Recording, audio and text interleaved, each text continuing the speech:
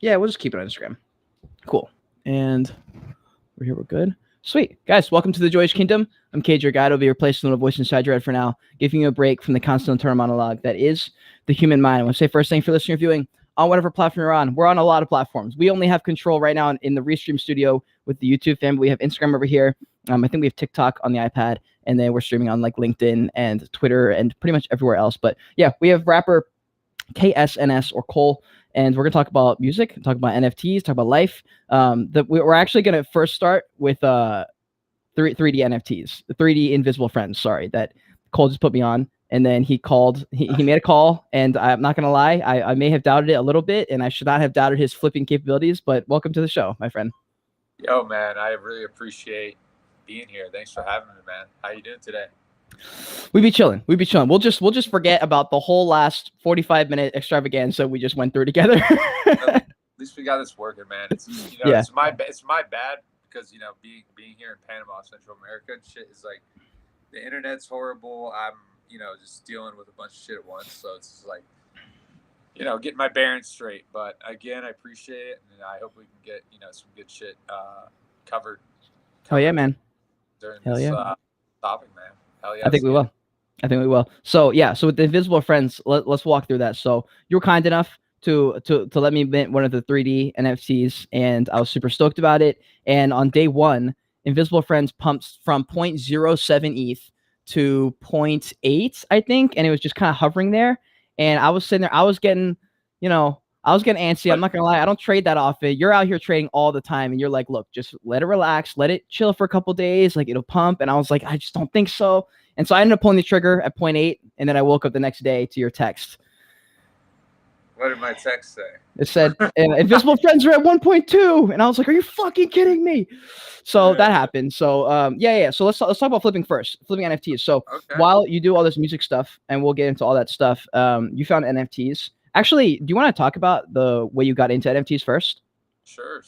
Okay. Well, it's a funny story because I knew nothing about NFTs. Probably like, I don't know. I'd want to say when did like mutants like first fucking like Bored Apes I know were out first, but when mutants like came out, that's when I kind of heard about the hype. Mm-hmm. They were doing that drop, and I was just into like that like mutant type shit. I was always into.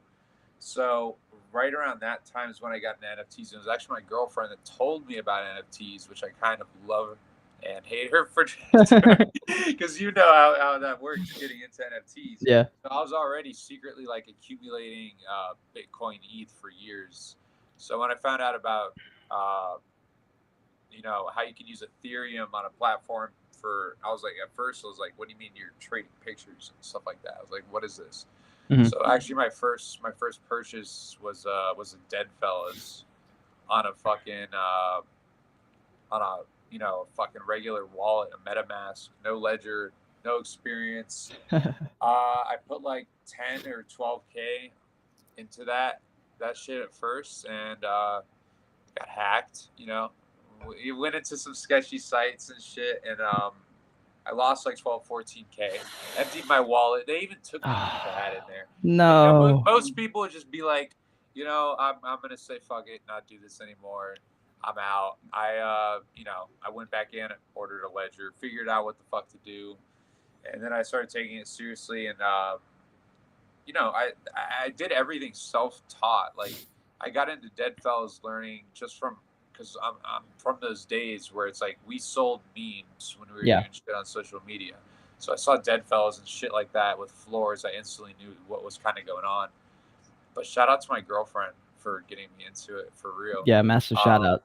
I started making my first big. I called Deadfellas when they're at 0.88. I was like, I made the video and she recorded. I was like, watch. This is before I got hacked and lost it.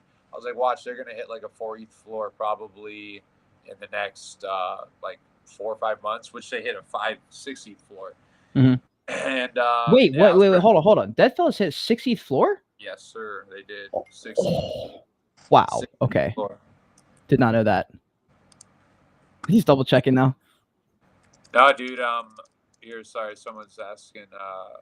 That link that you sent me, that's for everyone to join, right? Yes, that is the YouTube link. Yes.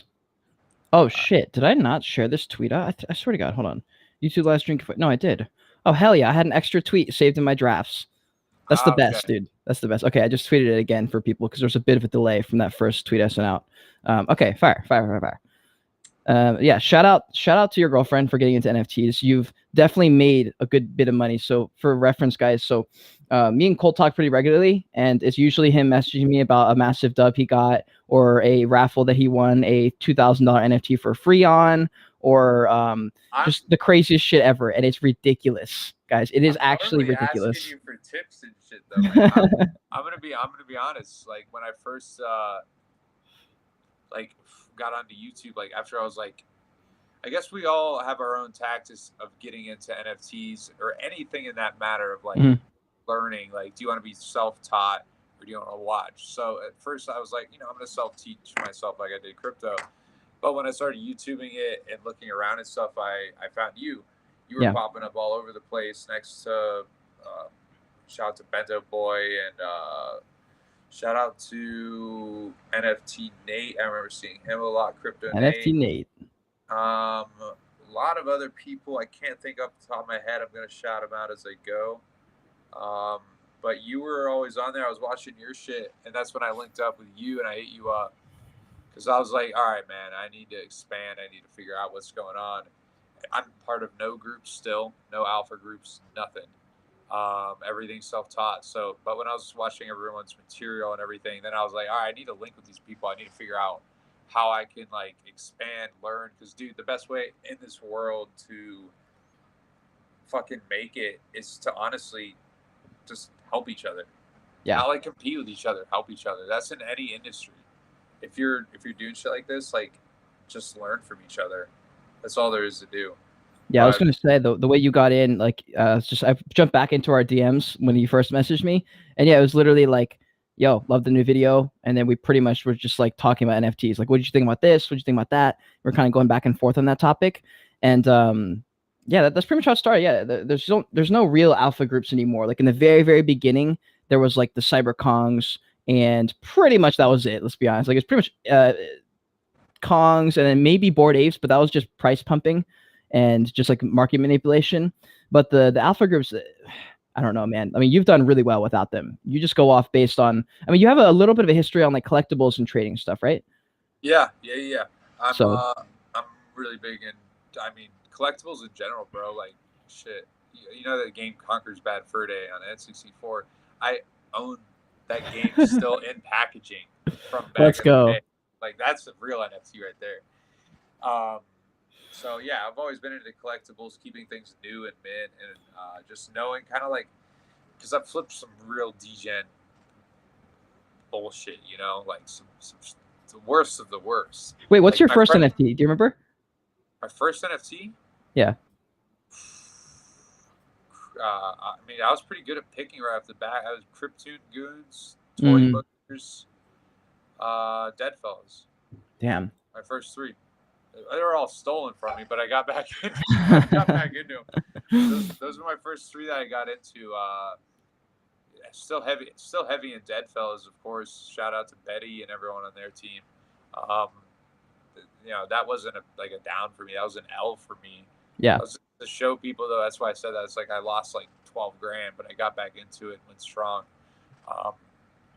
But those are my first three NFTs, man. And then I really started to expand just into everything else. Like I said, I never pulled the trigger right off the bat, like into Bored Ape or Mutant Ape, is because I know that, like, look, you can buy an NFT for like 40 ETH, flip it for like 45, 50. Yeah. That, but it's like I'm way more efficient at getting an NFT for like 0.5, 0.6, flipping it for like, if it's a rare, flipping it for like 6, 5, something like that. It's like a rinse and repeat cycle for me. We'll get into that a little bit later, but that's my main thing is like was finding new collections coming out, and using my tactics that we'll also get into. Yeah. How to like just flip and get in and get out, because you've seen what have I done with mutants in the past 3 days. Yeah, well, I was gonna say. Yeah, I can't even hold on to one, dude. I had to delist it before we did Unbelievable, bro. Like we had to change thumbnails 3 separate times, fam. 3 separate times because you flipped 3 different mutants in a week. I literally was like, okay. I texted him Tuesday. I was like, you're not allowed to buy a mutant ape in the next 40 hours. You're not allowed to switch it because I'm not gonna switch this one again. But no, you're a master. And I remember I texted you maybe a month ago, and I'd said something along the lines of like, yo, I think mutants are going to crash pretty hard at some point in this recession, the next year or two, however long. And ETH will be, you know, in and around $1,000, I assume. You're looking at like $4 or $5 grand for a mutant. And I was like, I think I might buy a mutant if it's really that cheap. Because like for me, I don't want to. I've bought into the clubs that I pretty much want to already, except for the mutant apes. But I'm willing to pay that much because I feel like it's worth it to get into the club. I still don't look at mutants and say it's worth spending 12 grand on it just to have.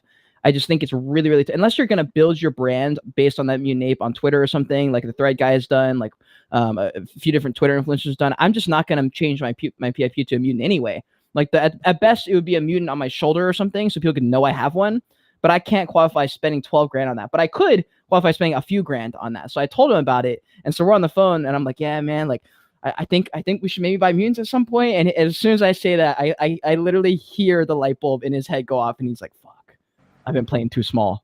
And then literally a week later, he's like, yo, I bought a mutant. Yep. Man, I'm telling you though, man, it's a step up, but it's like, I think going that, I mean, I don't know, man. Look at Moonbirds, bro.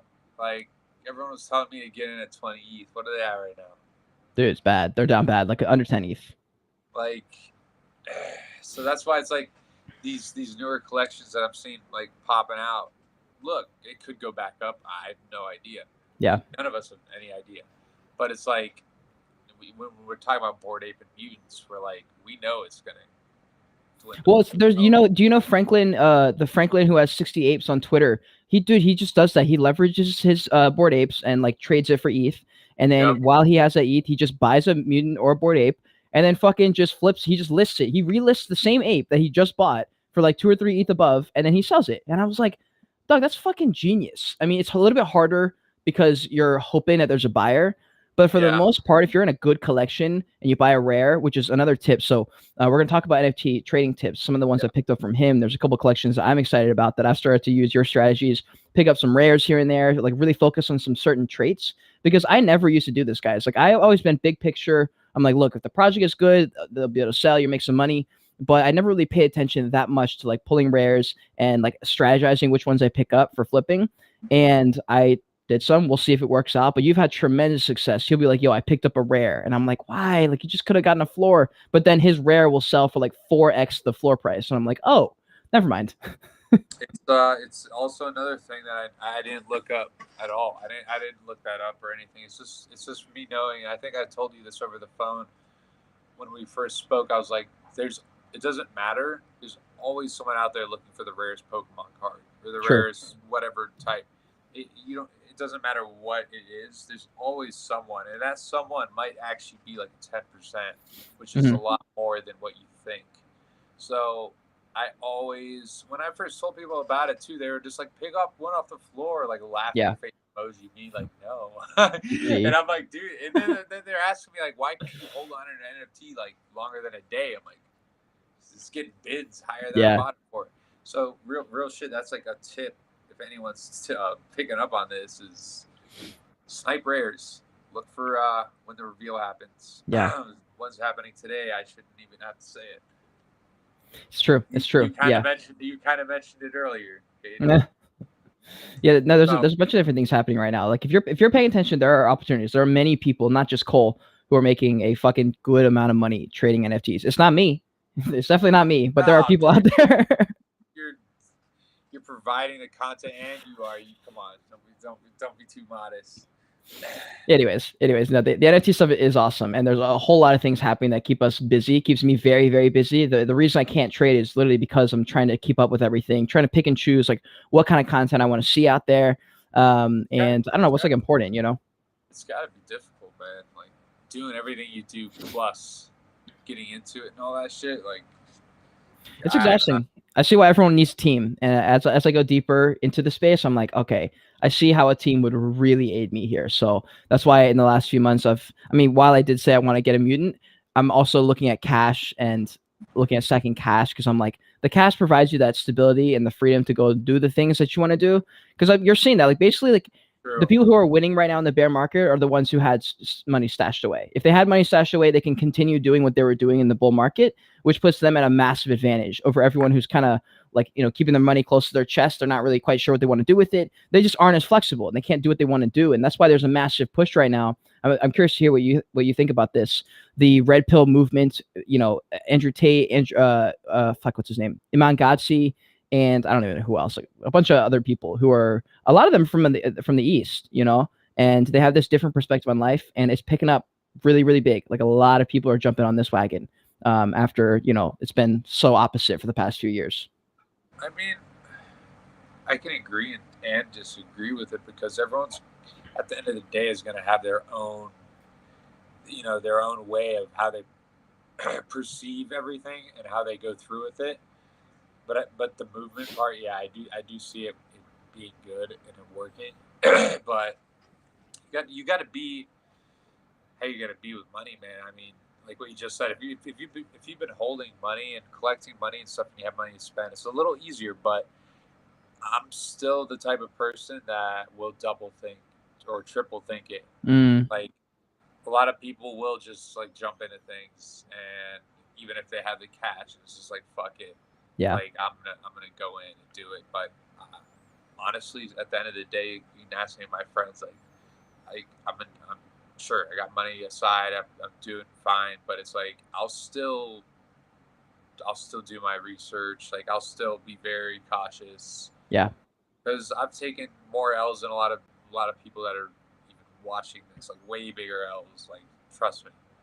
So it's all about just being careful and getting into and really doing your research. This is like why you guys say at the beginning of all your videos, do your own research. That's anything, man. That's anything in this world. Like, getting into stocks it's the same shit. Yeah. Anything we do, we have to be very careful and we have to be very cautious. We got to do our own research. We're not financial 100%. advisors. I mean, even financial advisors might not even know the best thing to tell you what to do. Bro, none of them did. All the YouTubers who were repping FTX all got fucked because they didn't even know. And I see a lot of people who are hating on them. I don't really have that big of an opinion. I mean, I think anyone would have taken an FTX sponsorship, me included, if I was offered it, And so anyone who's like, they should have known or they're a terrible person, I'm like, look, guys.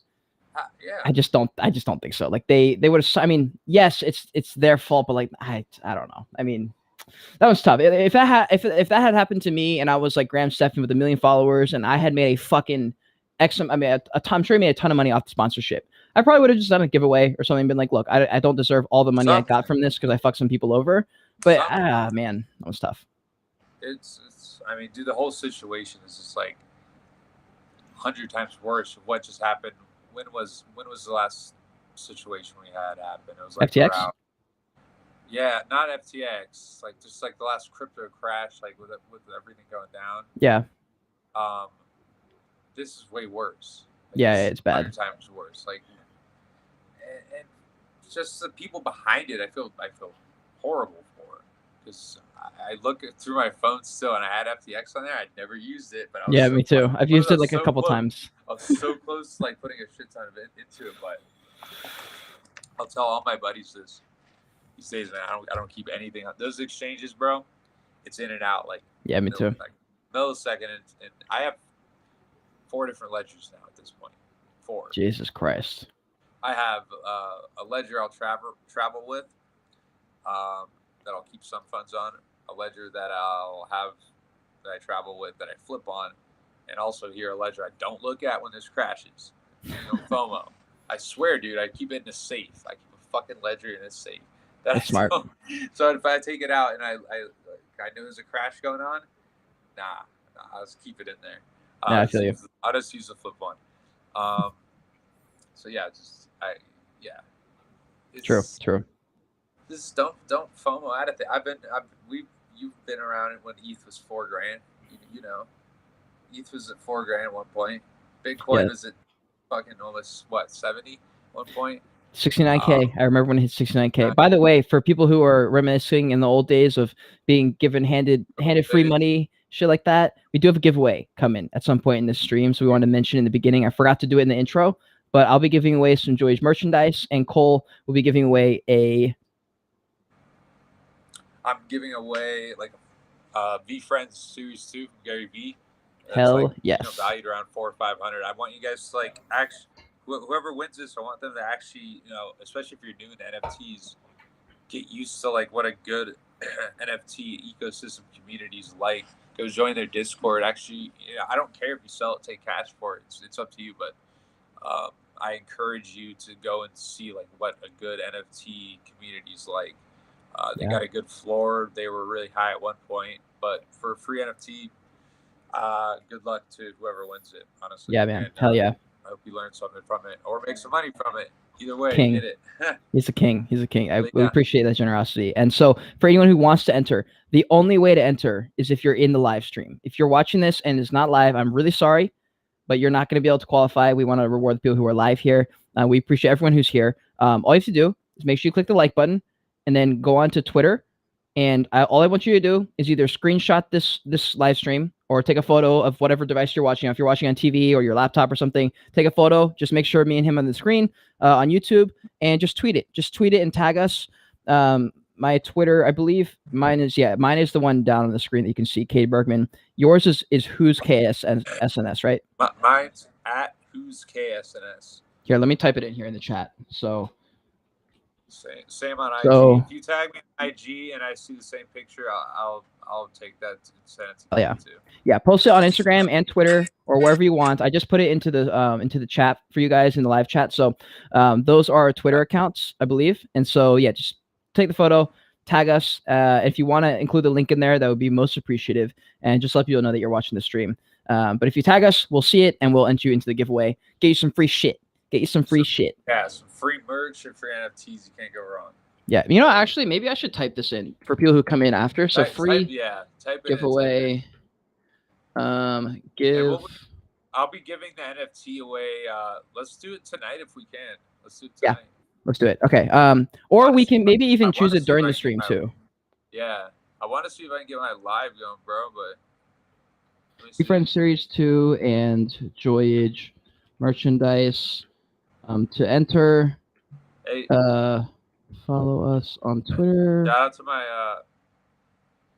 out to my boy Day Day. He's in here too. Hey, the hip hop artist. Me and him have been working on some music. He's into the NFT shit, and he's learned a few things from us. I told him about your videos, bro. Oh yeah, man. Thank you. I appreciate it. And I appreciate you being in the stream as well. And I just put up the giveaway, guys. So it's right here, all the details. VFriends Series 2 and Joyage merchandise giveaway. To enter, follow us on Twitter and take a photo of us streaming or a screenshot of it and post it on Twitter and just make sure you tag us. That's all you have to do. I'll choose the Joyage. I don't know. We'll just figure it out later in the stream or something. If we forget to choose the winners, we will make sure to choose winners after, and we'll be active on Twitter. So either way, just be sure to be on Twitter for us, and we'll make all that shit happen. So anyways, as we transition a little bit out of it, because I think one of the reasons that NFTs is something that is really interesting to me is because of all the parallels that I see it drawing to human emotion and then life. And so like following the markets, like watching the FOMO and kind of looking at the rest of the world. Watching the FOMO. Wait, what did you say? Watching the FOMO. It's oh, fun. Yeah. No, it's literally like watching the FOMO and like watching all the things. So I'm like, wow, this is very, very similar to how humans act in real life. NFTs are like an actual physical, visual representation of people when shit hits the fan and they either panic or they don't panic. And we're kind of like watching how people engage with the world. And in NFT land, they engage by selling and buying. It's facts. And so it's a wild word. And I think that's part of the reason that you and I have connected, among other things. But we kind of, I feel like we just see the NFT space for what it is. And I don't know, like we just kind of get it. And then we also just in general have a very similar mindset towards the world, not just NFTs, you know? Yeah. I mean, as long as we have that, dude, we take that same perspective towards anything in life. So, a lot of people look at certain things just like, that's just like the internet, that's that. But actually, I connect it with everything that's going on in the world. Like, I'm very like I study everything that's going on in the world. Like I won't talk about it, but it's because I don't want to stress people out. But yeah, it's some crazy shit going on. It is, dude. Shit going on. We're here talking about like how to make money with stuff online and stuff like that, but it's like there's really some serious shit going on in the world right now. But as long as we take perspective into the same shit and everything, like me and you talked about, you balance it all out, so you're less stressed. Yeah, it's good.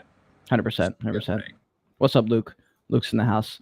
Luke, I hope you see the giveaway. We're running a sick giveaway right now, so make sure you enter that. I was gonna say, do you think you've been? Because I feel like, how do I say this? I feel like I'm pretty introspective, and I think about things, and I rethink about things, and all those everything that comes along with that. Have you always been introspective? Have you also your whole life been like an observer of sorts and trying to navigate the world?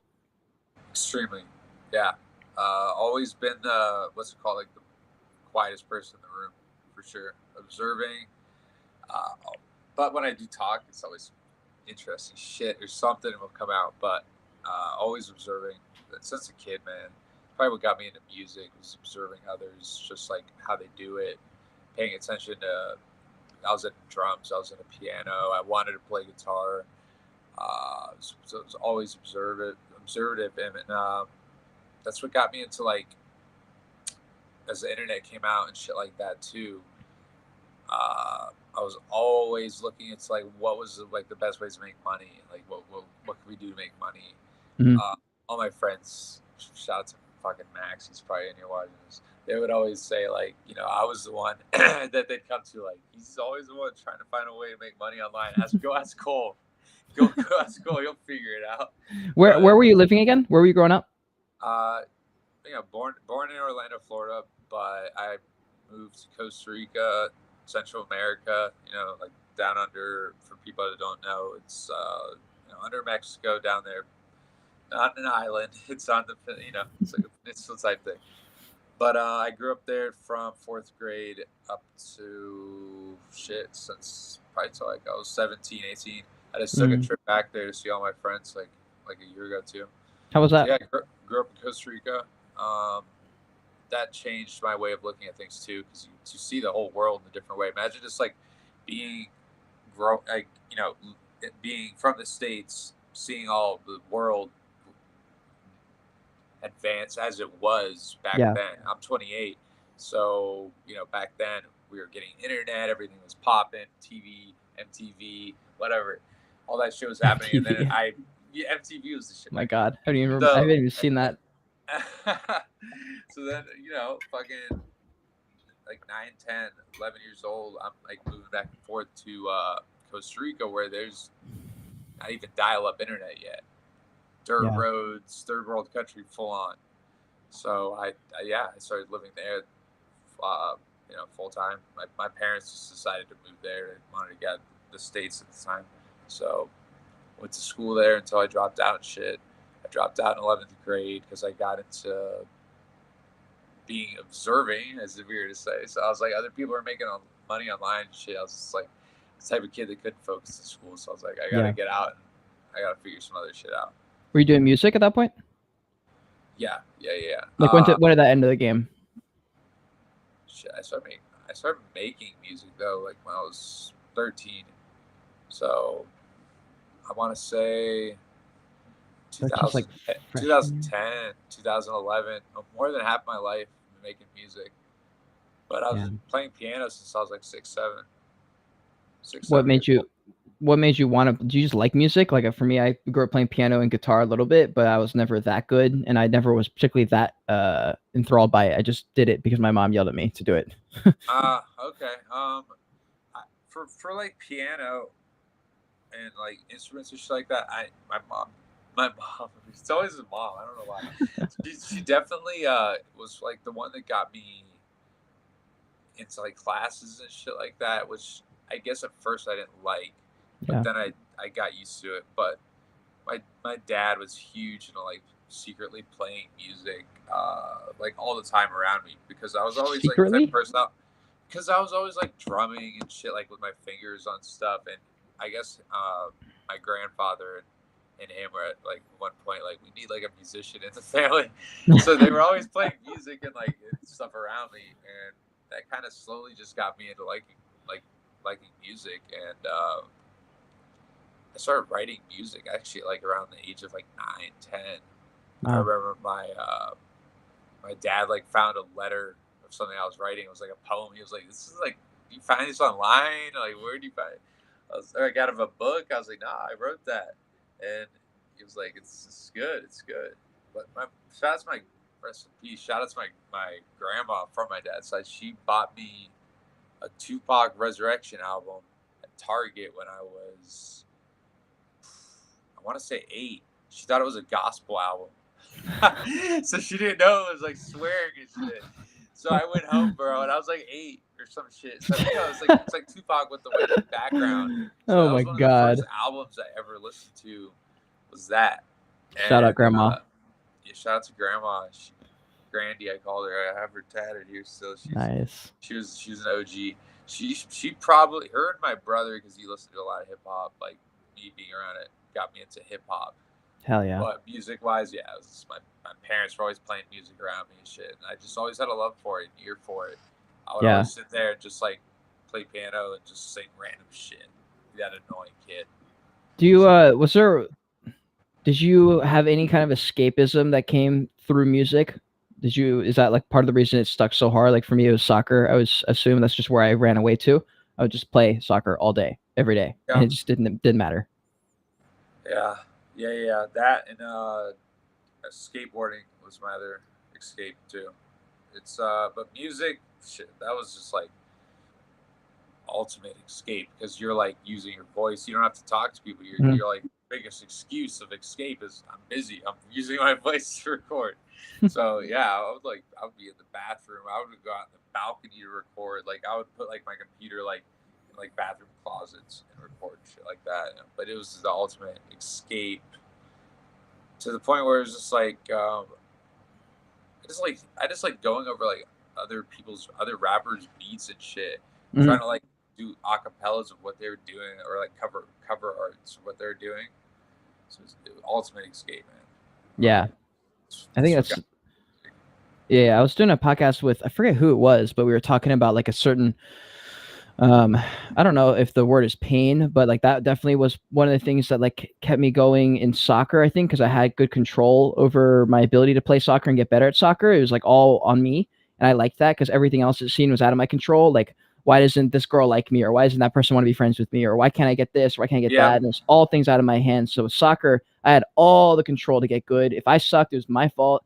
And it was also like a little bit of a pain point for me was like, if I could just get good, then people would let me in their groups that I wanted to be in, and I could finally be cool. Like that was pretty much the thesis going in with soccer, and it worked though. That's the thing; it worked. Like that's how it goes. When you get good, you get into the group chats. But you know, I guess it kind of goes from there, and we can talk about that. But what are your thoughts on that? But I'm sure, for you personally, that probably like helped you realize as a person, like, oh, there are more people out there that relate to this, relate to that. Yeah, I'm not gonna lie. I loved soccer. Like growing up, I played it a lot. I just like after I skateboarded for so long, I fucked up my ankle so much. I can't do soccer anymore, man. But I damn. I'm a huge soccer fan. But as far as what you said, I totally relate to it, just like that. But what you said, yeah, that just really hit me. It's like, yeah, that's real shit. It helped me like move into these separate parts, because when we're that age, man, we're so confused. Literally. Like we don't know what the fuck we're doing, what we're talking about. We don't know who to hang out with, what to do. It's like, so yeah, we all find our escapes. So, because most of those entrepreneurs are like that. You know, they have some kind of insecurity they're working. That's why they made it, because they're so insecure about it that they're not willing to accept anything other than escaping it and getting out of it or leveling up or something. That's a common trait, I think, among entrepreneurs, is just something that keeps us going every night. Like there's some reason that at 3 a.m, when I'm like stoned out of my mind, that I'm editing instead of like fucking off and watching a video or something. Like that's just how it goes, I think. Yeah, I was just gonna say, right when you're saying, it's like the amount of times I turn down opportunities to like go have fun or do something. mean, if you're an entrepreneur and you want to go get it, you got to do it like 90 to 100% of the time. Yeah. Like, shit, I had my fun when I was younger, but I'll still figure out ways to make money, you know? Yeah, 100%. But entrepreneur mindsets, for sure, it's like, if you really want to go and get it, you gotta go and get it. Like, I'm in front of the computer researching or doing shit like at least 8 to 12 plus hours a day, and that's not a joke. Like, and when I'm not doing that, I'm either working on music or I'm in the gym working out. Yeah. And then I'm back on the computer researching. And when I'm in the gym working out, I'm watching videos on entrepreneurs. We have the exact same life. That's why we get along. We literally do the exact same thing every day. I'm just making YouTube videos. What are you working on? Working out. Or what are you doing? Working. Like, I'm in the studio pretty much every single time. You're in your studio right now. It's like, yeah. That's funny, dude. When you start to piece things together, like, at first, it's like, probably when I was like in my like 18 to 20s, like, those are tough years for me, like 18, 19, 20, 21. I was like trying to see, do I want to take music seriously? I was trying to invent, like, literally, like, invent products as well, along with doing social media marketing heavily, which I was fortunate enough to be around some buddies that were, you know, like, making 6 figures, like, weekly basis doing this shit. And I got involved with that when I was like 16, 17. So I was like, do I want to keep grinding this? How can I fit my time into this and music and shit? And then when I was 16, I moved to LA and I was studying acting school, bro. So I was doing like so many different things at once. So that really like helped me learn what every entrepreneur, and I know you know, because you go to the gym, we were speaking about this, discipline is like the number one thing. It's how do you discipline yourself to be like, I can do this, and not get stressed all at once. And it's not sexy, bro. Like, the amount of times I'm doing something because I know I need to do it, but it looks like if someone walked in on me doing it, they'd be like, wow, you're like, I don't know, in the sense where it's like, it's not like a motivational video where you see it's so well put together on TikTok where it's like high quality. The guy wakes up, puts his headphones on at like 4 a.m, grinds his work done. I'm like, nah, dude, it doesn't look like that. It looks like me stoned with my hair looking like a crazy person trying to get something done 2 minutes before it's due. Like, it looks like shit, but that's just kind of how it goes for everybody. It's fact, man. It's a fact. Like, I've been days without sleep. Like, just grinding and doing shit. And in reality, they think that we're like in our best. We look great. Like, dude, I met a girl like just like a month ago. She said I went to the room. It was like 3 days without sleep. Me grinding. Wow. I was mumbling some shit, and I just like went to the bed. It's like flat on the pillow and just out for like a day straight. Like, it's not as sweet as it looks. Yeah, it's definitely not.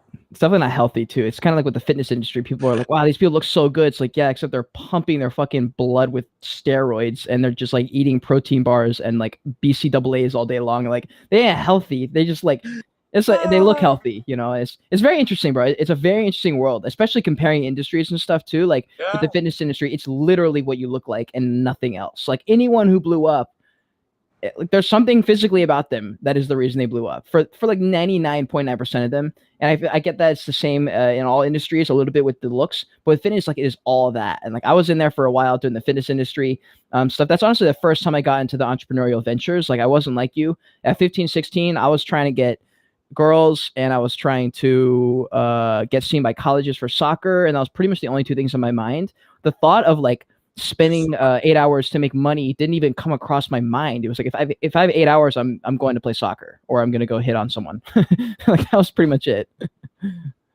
Oh man, yeah, it's my head. Like I said though, I had that opportunity of, you know, just being in a different country. Yeah, it was just completely different because it was like I started partying at 12. I'm not kidding. Like, my brother, who was 3 years older than me, I don't know if he's watching this, Chase, if you are, somebody. Me and my buddies, we would hide in the back of the car when you go out. We'd get out of the back of the fucking car because they'd be playing music, we were 12, 13, 14. We'd be running out to the bars.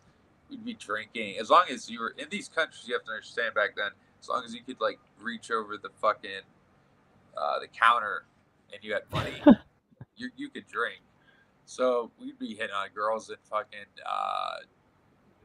taking shots at like 12 to 15 years old. Wow. And yeah, so it's like we got that out of our system so early. I was like already like 14, 15. I was like already maturing to like try to figure out what I should do, what I should learn, and all this shit. So definitely, yeah, growing up out of the US was different. It was completely different.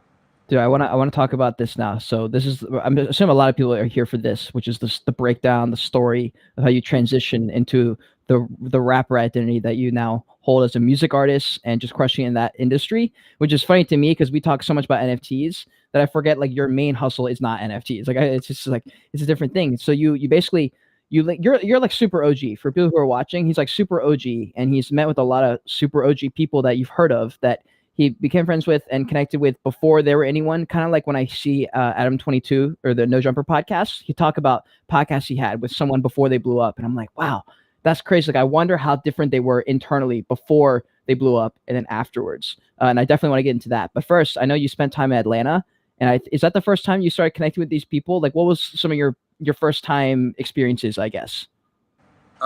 Shit. I appreciate you saying all that, by the way. Yeah, Atlanta was where, you know, LA as well. Like I told you, I worked with DJ Mustard. Everyone knows that name now. I worked with him way before he was famous, and not many people know that. You go look at his discography. I'm next to Rihanna in there in 2012. Like, that's nuts. I've been around, man. A lot of people don't get that. They don't understand that. Like, I've been around.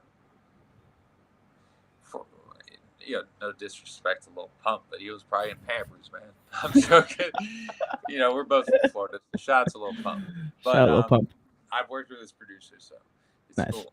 But no, I've been around for a minute, and it's like Atlanta though was one of the first places that showed me a lot of love with the music scene. Though I went out there 15, I want to say I was probably 15 to 16, and I was just linking up with different artists. I worked with a lot of you know, even if, I don't know if Data is still in here watching, but he's actually someone he's worked with 21 Savage. He's worked with shit, you name anyone in Atlanta. He's worked with London on a Track producer.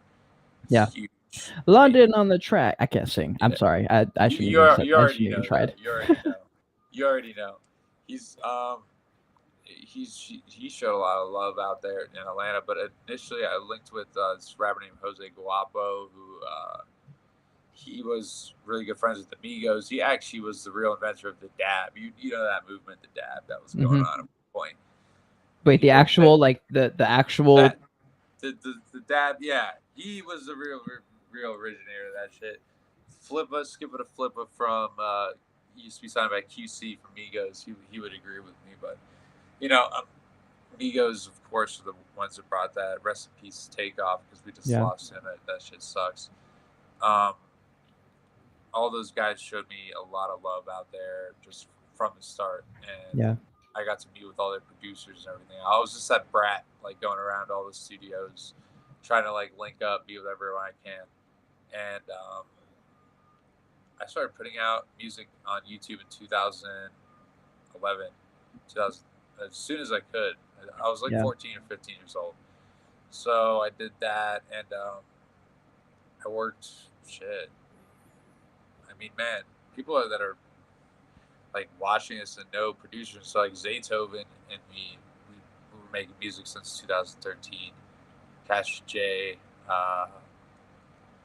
Rich the Kid. I worked with Rich the Kid way before he was famous. He went Hollywood on me though. I don't know. Yeah. A lot of people did. I went to the same studios Meg Thee Stallion went to. He's also pretty cool, I've heard. Yeah. Down to earth person. Yeah. A lot of people stay humble and don't change, and they still, you know, they fuck with me the same way that they did back then. Mm-hmm.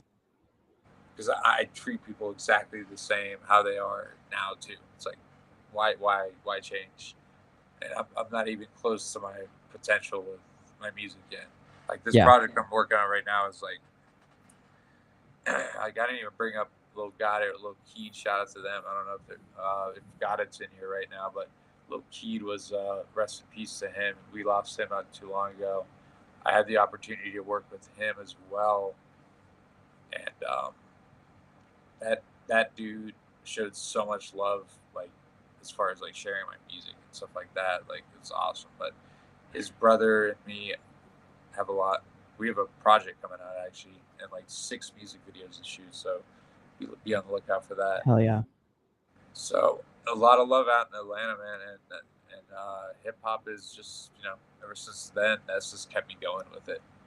Dude, how does someone get in? Like, I know it's different, it's very different now with social media. I imagine it's got to be way easier to have opportunities like you had that were probably very few and far in between back in the day.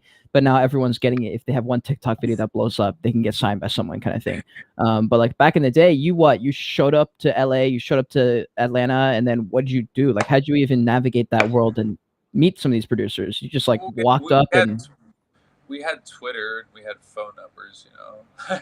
True. We could text people back then, like. Yeah, but like, how do you get in? How do you like get in to get their phone numbers and stuff like that? You know, like were you posting stuff and then people reacted to the songs, then they hit you up and you guys became friends, then you moved out there, or did you just kind of like move out and then figure it out? It was more of a move out and figure it out, ask around type thing, show up at places. Like I said, I would just be like that kind of annoying person. Not annoying, but just like showing up at studios and stuff.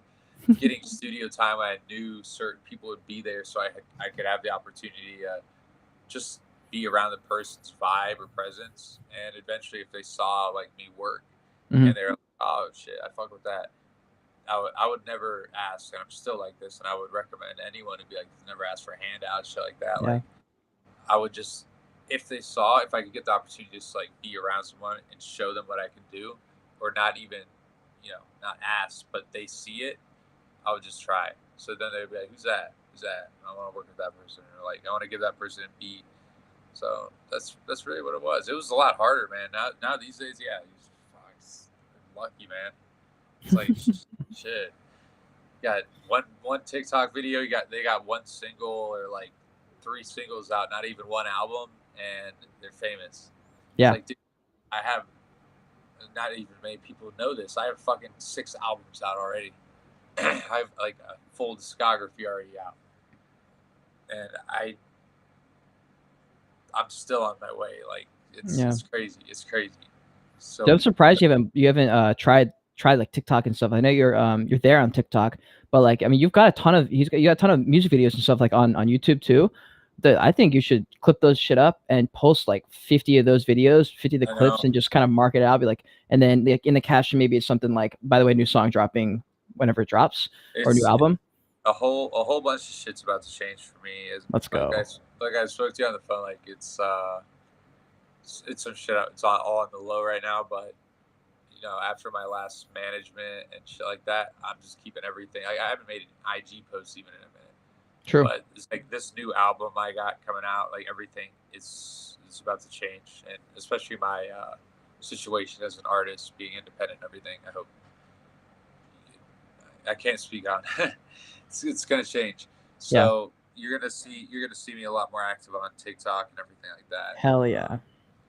For a lot of people I don't know, I've definitely been going out on some serious like just life shit past couple years. So that's also been it. But music wise, bro, shit. Like I told you, I make like 2 to 3 songs a day. So every day I'm in the studio. Yeah, it's nuts. That, by the way, is crazy. I can't imagine having that many songs. Like, I wouldn't be able to do it all. I'm like, what do you mean? I have over like 500 that I have like unreleased that I won't use just on this desktop here alone. Yeah. Well, what was it? When Juice passed, he had a bunch of unreleased work as well, and people were trying to like figure out what to do. Yeah, R.I.P.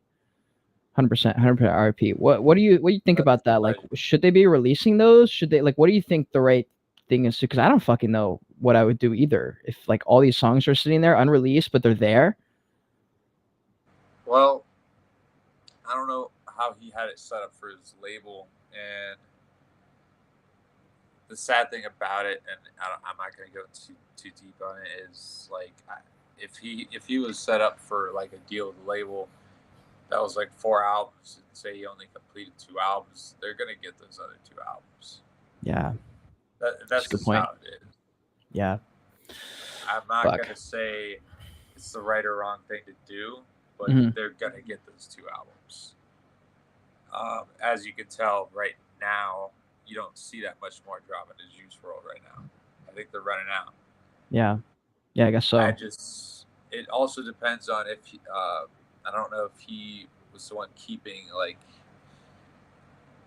is his family keeping the royalties for his music or his labels? I don't know where everything's going for Juice World. Mhm. But as far as I don't know, man. It's like, because in one perspective, you want the fans to be obviously still hearing music from someone they love, but again, there's like a greed aspect of it. It's like, are they putting it out just for the money? Yeah. But as a musician, yeah, I want to hear the music, of course. Yeah. And I would And the love to lines are blurred though, you know, because it's like we want it out there for the culture and for the love, and then it's like also they can make a huge bag. So it's like that's where it gets sticky because it's like it's kind of both. Yeah, I mean, if the family, I think if the family is the ones that are, like, you know, at the end of the day making the biggest cut out of the music, I Yeah. think that's right. But if it's the labels, I don't think it's right. But True. again, as long as they're continuing on putting out like his music that the fans like, not like putting it like on random, like they did that with Pop Smoke, which I don't think was cool. There was a lot of shit like they just like winged his album, threw features on there, all this stuff. Fuck. He shot my video for JL shot that. Shout out to him. He shot Dior for Pop Smoke. He flew out to Panama, shot my video for Hey When You Win. So me and him got to speak a little bit on the whole Pop Smoke situation. Yeah. They were close, and I think it was a lot of grief involved with his passing, which was not cool. Because he was what, 1 or 2 albums deep, only 20 years old. Yeah. And that was sad. That was really sad. Do you think is there anything about the music industry that's different than other industries, or do you think it's similar to like other ways or other industries? In Hollywood, you know, there's few industries as far as like, I mean, you know, there's obviously the acting and the music. It's the same. It's the fucking same. Same world. It's the same world. As far as other ways, like as far as getting into like groups or ways of making money, yeah, it all follows the same lines. At the end of the day, it does. But the music industry and the movie industry are both pretty much the same. Yeah. And that's coming from someone that studied acting for 4 years. So I know my shit when it comes to acting, and I could have done that full time, but I actually fell in love with music during this process. Like, just being out there, I was just like, it's not for me. But shit, help me memorize lines. That's all I can say. Shout out to acting, bro. Shout out acting. Like that's how I memorize lines, and like I can freestyle and everything. It's like I could just read like through a whole line now, and it's like I memorize the whole thing.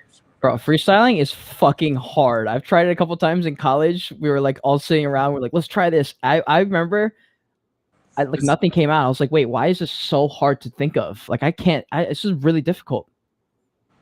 It's not easy, man. It's not. It's like at first it was something that came kind of easy to me because I would think of such stupid shit, and it's not like these days we don't talk really about stupid shit, but it is a lot about like flexing and shit like that. You can kind of just wing, you know? Yeah. So it's kind of easy. Like these days, I can just write songs now without even a beat, and then I'll make it work over the beat. But half the songs I do is actually me freestyling and then going back and listening what the fuck I just said, and then writing it down and then completing it. So that's a little bit of my process.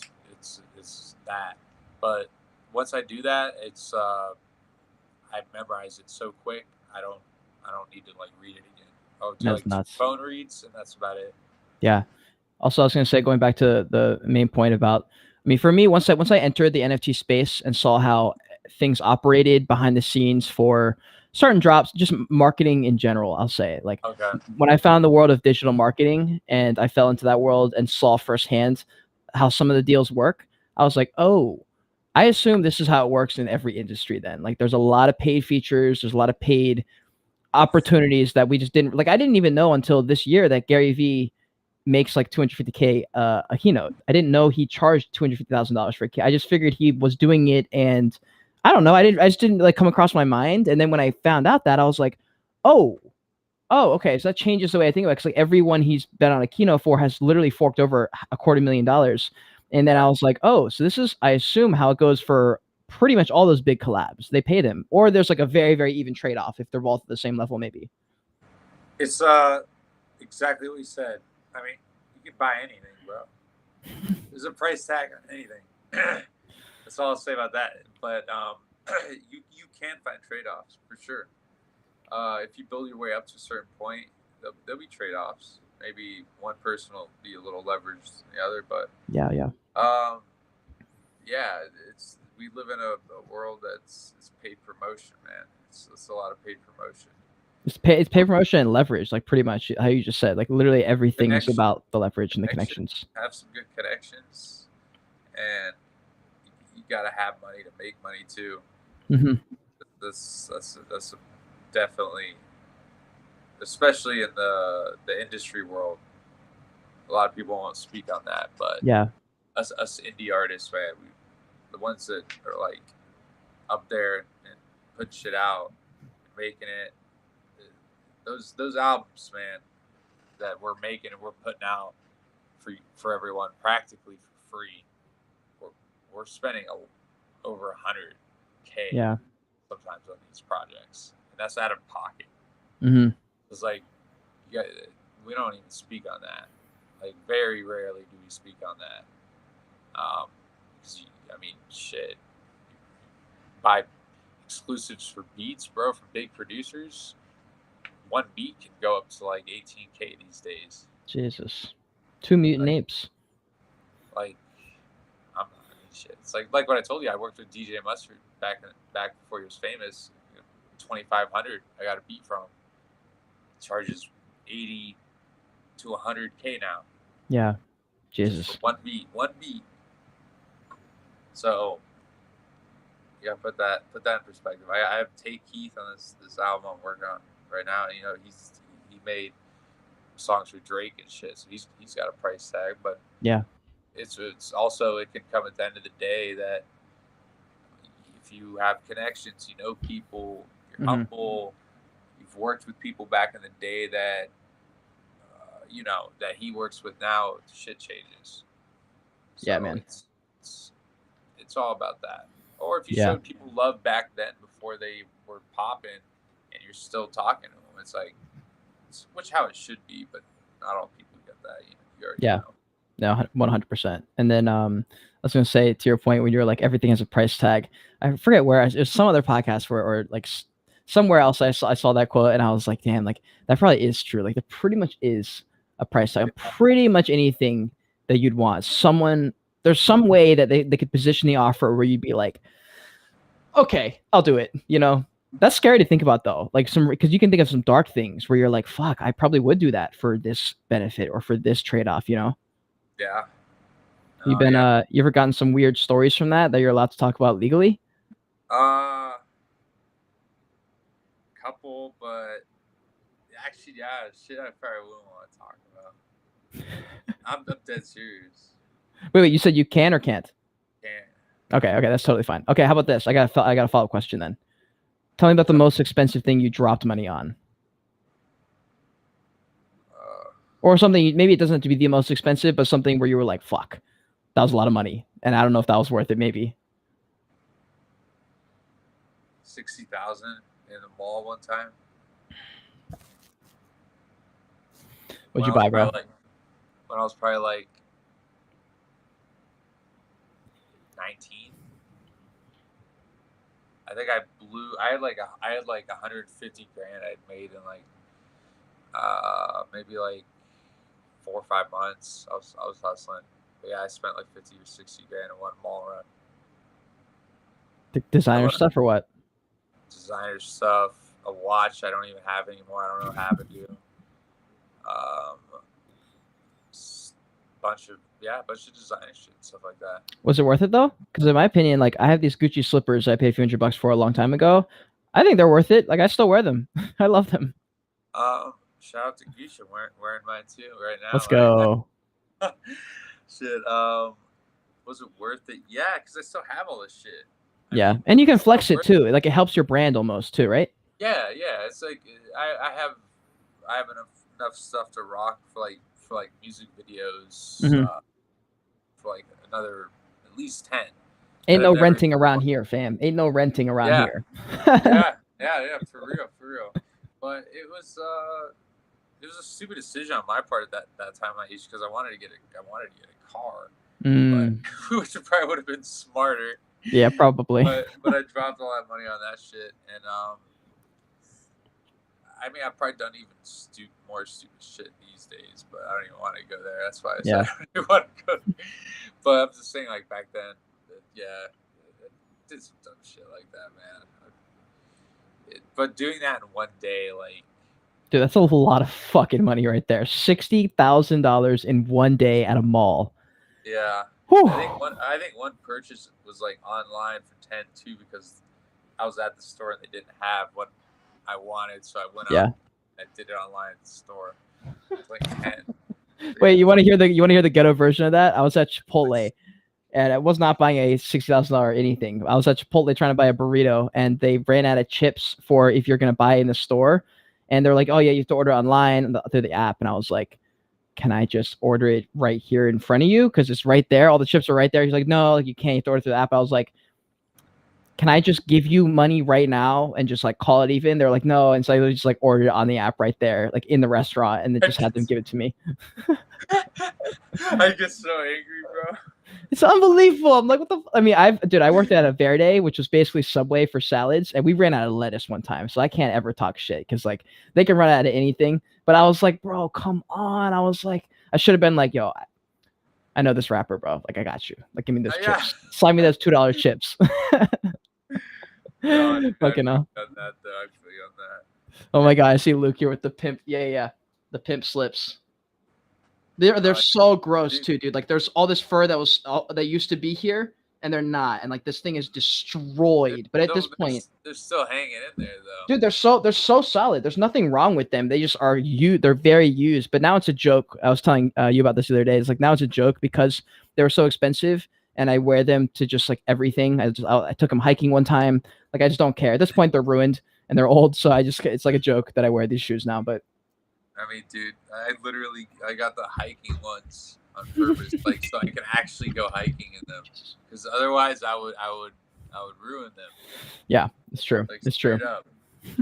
But yeah, no.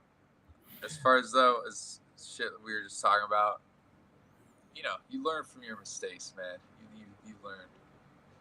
And crusty. Sometimes they're not all mistakes. Like it comes out for the best. Like yeah. So why the fuck does my computer keep glitching? Okay, I'm just trying to pull up like one comment, and it's just like, oh, I think someone updated. Max says crusty. they are indeed crusty, bro. Max, what's up, bro? Oh my god. Oh, I see Janix in here. Her a little story here. Happened to me during COVID. I wanted an extra wrap from Chipotle, which is 50 cents, and they told me to order it online. It did not. They eventually just gave me what I wanted. That is hilarious, dude. Chipotle. Shout out Chipotle. I've been eating there every single day for months. I think 2 months ago, I pulled the trigger and said, all right, I'm done cooking forever. I'm just going to eat Chipotle every day. I already eat the same thing every day. I'll just buy some snacks, and I'll just survive on Chipotle and snacks. If they had one here in Panama, I would eat there every day. What are you eating nowadays? You got like, are you cooking or are you eating like, what are you eating? I'm actually on a really strange, I've been on a strange diet. I'm gluten-free, so I've been like that since I haven't eaten pizza, shit like that, like everything great. Since I was like fucking 15. Bro, what the fuck do you eat? It's boring shit, bro. Like if I order a burger, I get it without bread. So I just have cheese. Oh no. That's it. Oh no. I don't eat pizza. So you can't have like fries? I don't even eat fries. Oh my god, that's like one of my favorite foods. I haven't had fries in forever. I'm sorry. I don't eat pasta. So yeah, I eat like a lot of protein, bro. That's about it. Like just straight cut meats. Does that get old or no? Like I would miss rice. Like I straight up can't. I need it. I will cheat on rice. Oh, you really will? I will. Good man. Bro. In these especially in Central America, there's so much rice and beans. I have to. Yeah. Cole eats protein masters. Protein masters. That would probably be like me cutting up a bunch of different types of meat and like putting together teriyaki sauce or something, like the ultimate stoner looking food. But, dude, wait, hold on. Yeah. What is your go-to munchie snack? Munchie snack. Shit. Go-to munchie snack. That is a hard question, man. Even though I'm not supposed to have it, like the gluten. I can find the gluten-free, but your manager's gonna call you right after, just be like, Cole, what did you just say you eat? You're like, no. Listen, I was lying. Gluten-free granola, bro. Like I'll eat so much granola when I'm stoned. Like it's insane. Like I'll put like extra honey and shit on it and stuff like that. What else do I have? I'll have like dairy-free ice cream, shit like that. Dairy-free ice cream's good. I'll stand by any ice cream, any cookie, brownie. I love sweets, so I'll eat any of that stuff. Like the sweet stuff I can find that's gluten-free. That's like because I don't eat sweet stuff otherwise. But yeah, like mushy food, I'll go after stuff like that. True. Sure. But I have snapped a few times and ordered pizza. Oh, so you've taken the L. You just like whatever. Oh, dude, I feel so bad though the next day. That's how I actually know I got like a gluten issue. Yeah. Like, the next day I'm like horrible.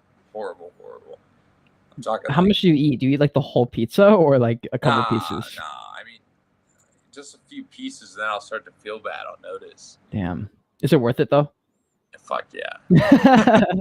Yeah, it's worth it. It's worth it, bro. Holy shit. Yo, all right, tell me this. So you've gone essentially from like shit, from nothing, like dirt basically, completely nothing handed to you, had no real connections anywhere. You were just kind of there, and then you were like, nope, I'm gonna change my destiny. And then you're now here. How have what are you spending money on? And I know you do recording and stuff, maybe more mental, like where are you spending your mental energy on, and then what are you spending money on now that has changed? Like, do you spend money differently, and do you think about things differently now? You know what, I probably spend money less now these days. The more money I make, the less I spend. It's crazy. I invest in more shit than I do spend. Man, for real though, like my last trip to the States, I spent money on my girlfriend. Like I bought myself like a $30 pair of sandals. I was over there investing on my phone and shit like that. I invest in, I'd like to invest in precious metals and shit these days and shit like that. Like I'd rather go get, I don't even wear like chains and shit like that. Obviously I have some because, it's like, that's what I have to give off. Bro, I'm even dripped out. Look at my band, bro. I'm even dripped out right now. I got this. Actually, I got this one from the Gucci store. That's told me. Sick, actually. They told me it was, I don't know. There's some kind of story the lady sold me on, and I was in Vegas already, and I was like, okay, I want it. I like shiny shit. That's actually pretty sick. I see you're like a ring guy. I like rings. Yeah, I do. Like if I was splurge, on anything, it'd be more rings for sure. Like me too. Me too. Diamond ones, but that and watches. That's actually probably gonna be my next stupid purchase. You getting a Rolex? I'm gonna get like an AP or something stupid. That's what I've been holding it for. Man, dude, watches. I've never fully understood. Like, I have a watch that I love. I have this one that I absolutely love this one, and I really like the coloring on it. It's supposed for the Sony A7 III. The Sony A7 III has a red ring that looks exactly like the one on the watch. And this is like this is not an expensive. This is like a couple $100, I think. It's a good watch, but it's nothing like fancy. But it literally matches my camera, and so that's the only reason I bought it. But I don't know, man. Like for watches, for me, like I just never really. maybe it's because it's like it's an enigma as to if it's valuable or not. Like you have to know, and like if you're not in the know, you wouldn't really know. And I think I liked Yeah. the jewelry because jewelry has like face value, you know? You see, dude, I'm like the same way as you. I'm not wearing a watch. Like I don't on a daily basis. I don't wear a watch because I don't know what the fuck to get. Yeah. Like I have a $400 or $500 diesel watch. I'm like, that's pretty sick. Mm. Like I'll wear that. But it's like now I know it's like shit. I gotta get an expensive watch because I talk about this shit in my music and all this shit. I'm like, god damn.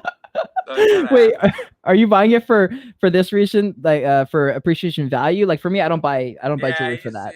Max is right there. It's true. It does appreciate in value. Yeah. And it's I like collecting shit. So it's like I guarantee you, like this is my problem though. I had a Rolex, and I think this is a bad story actually. I crashed a golf cart in Costa Rica into a ditch in the pouring rain, and it was on my wrist. I was a fucking kid. It was a gift from my grandfather.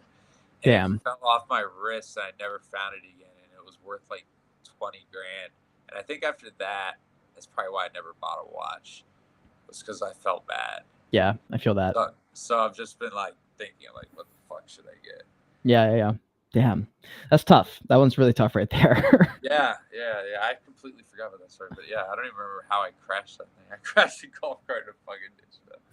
Yeah, the watch fell off my wrist. And, yeah. That's why that blows. That blows. Yeah, with my rings, I just go for what's. I'm just like I really just like shiny shit. Like when I collected Pokemon cards, same thing. I went for the holographics, Yu-Gi-Oh, same shit. And then with these rings, like they're all silver and gold.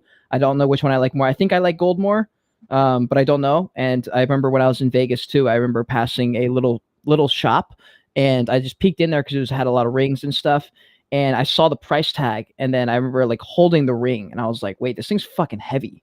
And I remember like holding it, and I was like, "This is what a $2,000 ring is like." And I remember that moment, I was like, "All right, now." I mean, I've always wanted and I've always needed to make it, but like I need to make it because I want to own. Like I want one of these rings, bro. Like I don't know what it is when you buy something that's expensive. Like this is my only really expensive ring, and it goes on this finger, and I would literally wear it because I remember how much it meant when I bought it because it was expensive relative to how much I was making, and it makes a difference, bro. You're wearing it, you feel good. It does. It's like putting on a fucking pair of shoes, dude. Putting on like a little ring. It doesn't matter. But it's shit. If it's something that's like gold or something like that, you know it's gonna go up in value too. It's I don't know. We all got our own things that we like that we put on where we would feel like fucking Superman.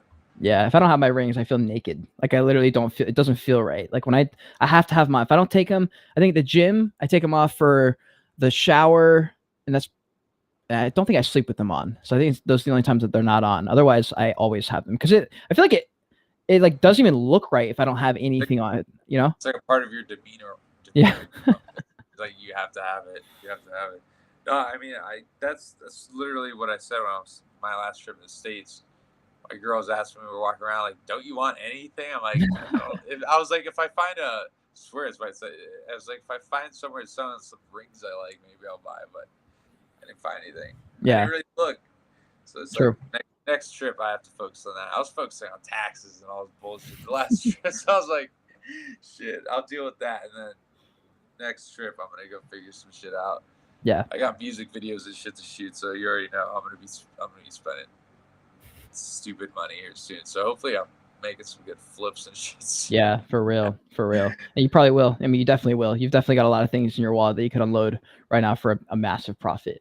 Right now I'm working on some things, man. You know, I told you over the phone. I run a few other things on the side, business and stuff. One main business. I don't really want to get into it because I keep myself anonymous, but it's always been social media shit. Instagram, Facebook, customers. Yeah. I'll get into this because I can talk about it. Like back in the day, I would run a Facebook fan pages to millions of likes using their Facebook ad platform. So I would spend like 5 to 10 bands just with actual Facebook ads. Yeah. Sell Teespring off there, do shit like that. Dude, I remember Teespring. I remember that shit. Oh, dude. I ran them dry, bro. So I did Teespring for a minute, and That's funny. I'm just saying this to like motivate people that don't know about like random shit they get into. It's just like I started off with like fucking $100, dude. I remember I turned it at 900, turned 918, turned 18 Yeah. 5, just kept growing. That's Dude, what I that's tell crazy. anyone these days.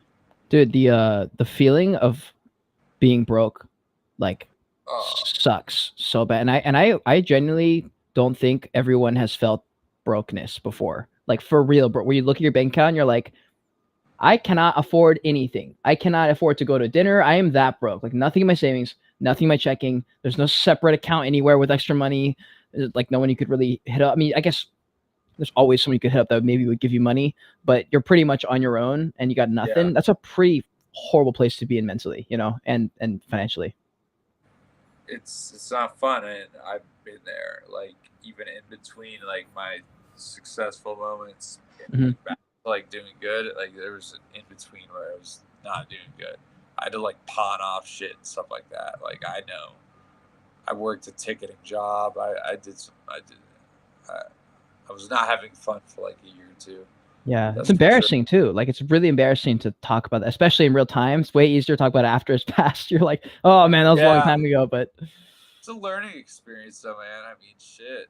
Like me and my girl would talk about it. We remember we would go to Publix and like put all the coins in the fucking thing. God, So you yeah, go get the ticket to go get dude, fucking yeah, money. I remember that Um, shit. and I'm saying that right now, and that was probably just like me going through a horrible time. Yeah, And shit, you do learn from that though. It's like you never want to go back to it. yeah, You never want to go back to it, and it's just like you just got to keep grinding, bro. Just keep thinking of different ideas.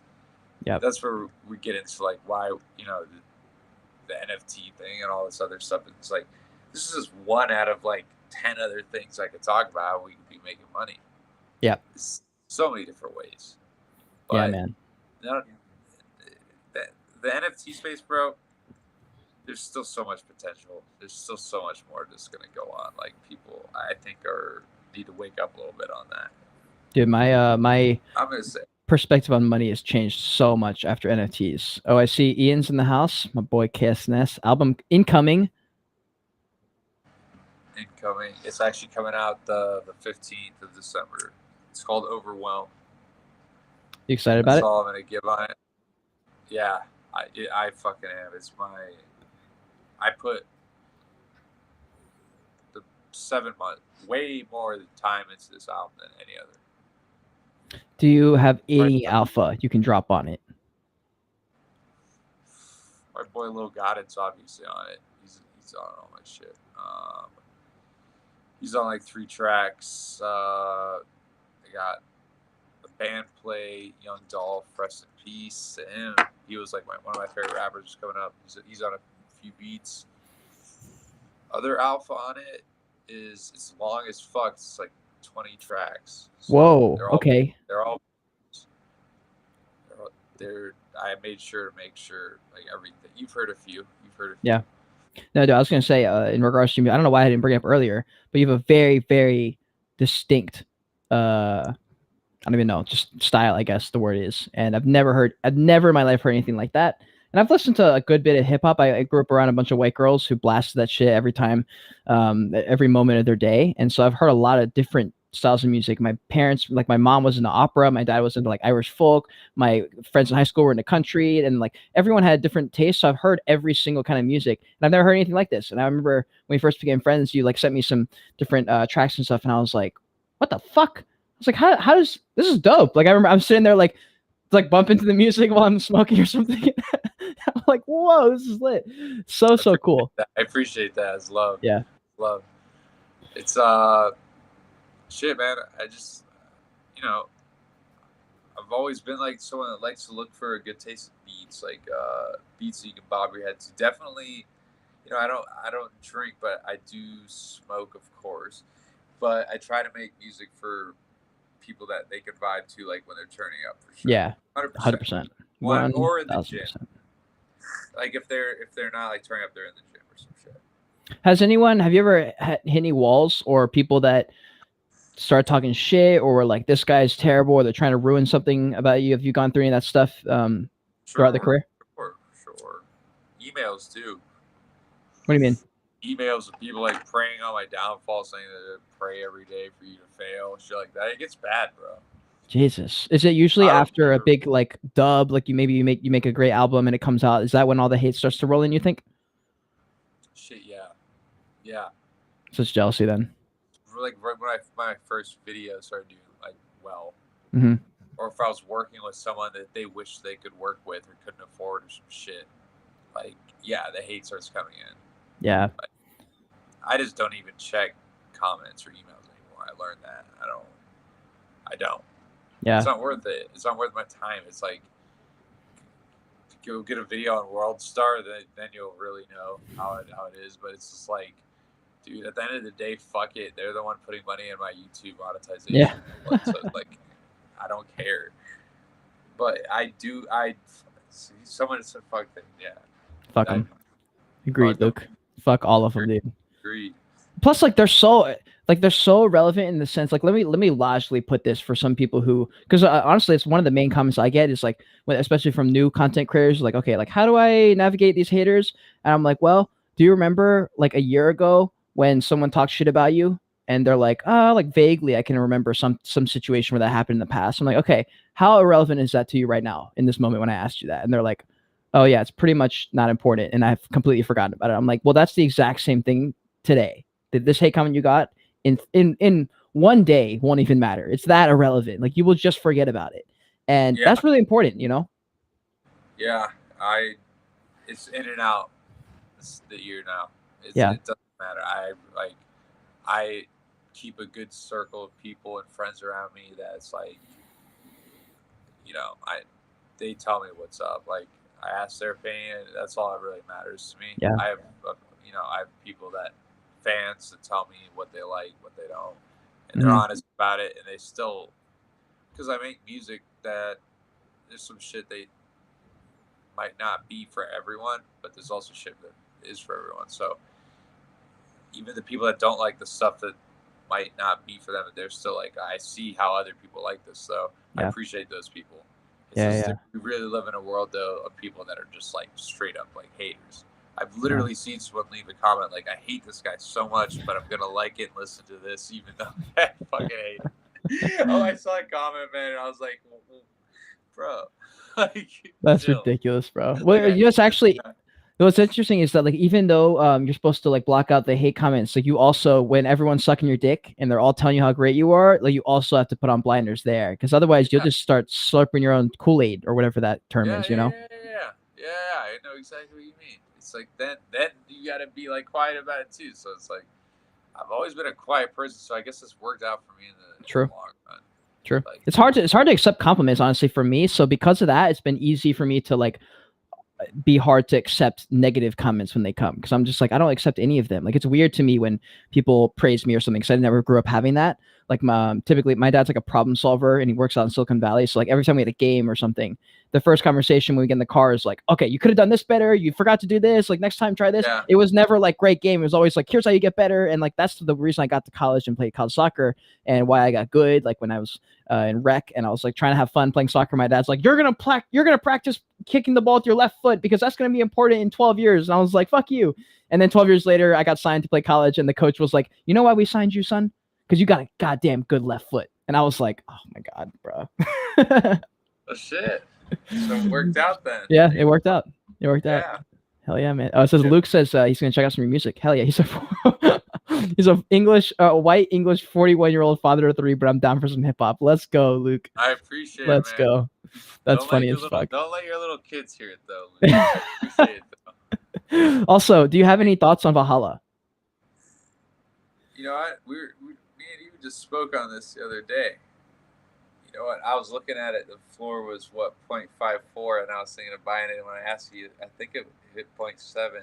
Yeah, they're around 0.7, right? I think they're 0.75 today, so they're chilling right now. You want to know what though? And I'm gonna say the honest truth. I should have done my research on them. I haven't. I haven't done my full research. Yeah, I don't know too much about it. I just know there's a bunch of drama surrounding it. And for me, like if I had a ton of money Like, and I was like, this is probably a local bottom, I maybe would have gotten in. But honestly, it feels like it's just gonna blow over in a couple days and everyone's gonna forget about it. Like Art Gobblers is just gonna like, I don't know. This is my thoughts, but I didn't even bother with Art Gobblers. I mean, honestly, if I did some research on Valhalla, I'll tweet it out. Yeah, good point. See. But let me see what it's. I don't even know if they revealed. Yeah, I don't know any of those kind of details because I'm not buying it. Yeah, they're sitting at 0.7. Okay. They're unrevealed. I'll look into them after for sure. I do know that a lot of alpha talk was going on about them. Mm-hmm. And I remember seeing a few pictures of their artwork, and it did look dope. Yeah. So that's all I can say. But I mean, again, as far as if someone asks me if a project's gonna be good or not, will be good for a flip at a 0.7 floor unrevealed. Yes. I would buy. When the dip goes. Yeah. I would get in and probably flip a few. True. I would snipe some rares. Yeah, no, snipe the rares. That's the move. As far as the project, like I told you, like I'm mainly just a flipper, but I have so many different wallets. Like I will hold projects as well. Yeah. If I really like one, I'm gonna hold. I'll buy like 4 and I'll hold 1, flip 3. So I can't get my opinion yet on Valhalla. But. Yeah, I don't have too much to say about Valhalla. But there is some. Because we're like we're an hour and a half in. I had some rapid fire Q&A stuff. They don't have to be rapid fire. Like we can go as deep into it as you want. But there are some cool questions here I wanted to ask. There was one that I saw a second ago that I don't know where it went. Also, you guys, if you're in the chat right now, if you have any questions, please drop them below. I'm only really going to look at the YouTube ones. So if you have a question, just jump to the YouTube stream real quick and drop your question. But I was going to say, oh yeah. What's the coolest trip you've been to, or the coolest place you've been to? Me and you haven't even talked about this on the phone. I've been to a lot of places, bro. Like I lived in the Caymans for 2 years. Cayman Islands. Oh shit! Did not know that. Lived in France for a year. Coolest place I've ever been to, though. I mean, I loved Australia, bro. So I'll probably say Australia. Australia. I've always wanted to go back. So I'll say Australia. Why Australia? What about it? Because I've been thinking of I know a lot of people in Australia now, and I'm not particularly married to living in the United States. So I'm down, but I'm also like totally down to live anywhere else. And I was like, I'm definitely gonna visit Australia in 2023. So what about it did you like? It just felt so much more free there. I mean, I guess for me it's probably different though, because growing up in Costa Rica was like, back in civilization in a way. So it's probably a little different, but it just felt free and the people were nice, and it was super dope. Like everywhere just seemed like a well-built country. I don't know. Yeah, I feel that. So Australia. I don't know. Spain was cool too. Spain and Australia. Oh yeah, Spain and Australia. Right on. Okay. Do you have a biggest fear? Falling off of an extremely high building. That's your biggest fear? Yeah. Interesting. So are you scared of heights, or you're not trying to fall off a building? I'm scared of heights. I've been bungee jumping. I've done all that weird shit. Why would you be? Do you think there would be a situation where this potentially would play out? Like, is that why you're scared of it? Are you like put in these situations? I've fallen off so many roofs, bro. I don't know why. What? Why are you falling off roofs? I've fallen off like one roof maybe in my life. When I was a kid. I used to skateboard a lot too, remember? Oh, okay. All right. Makes sense. I would go off huge stair sets and roof gaps. Yeah. True. It's always been a nightmare of mine. Good point. All right. Do you have any guilty pleasures that people don't know about, or maybe people would just be like surprised that you like or that you do?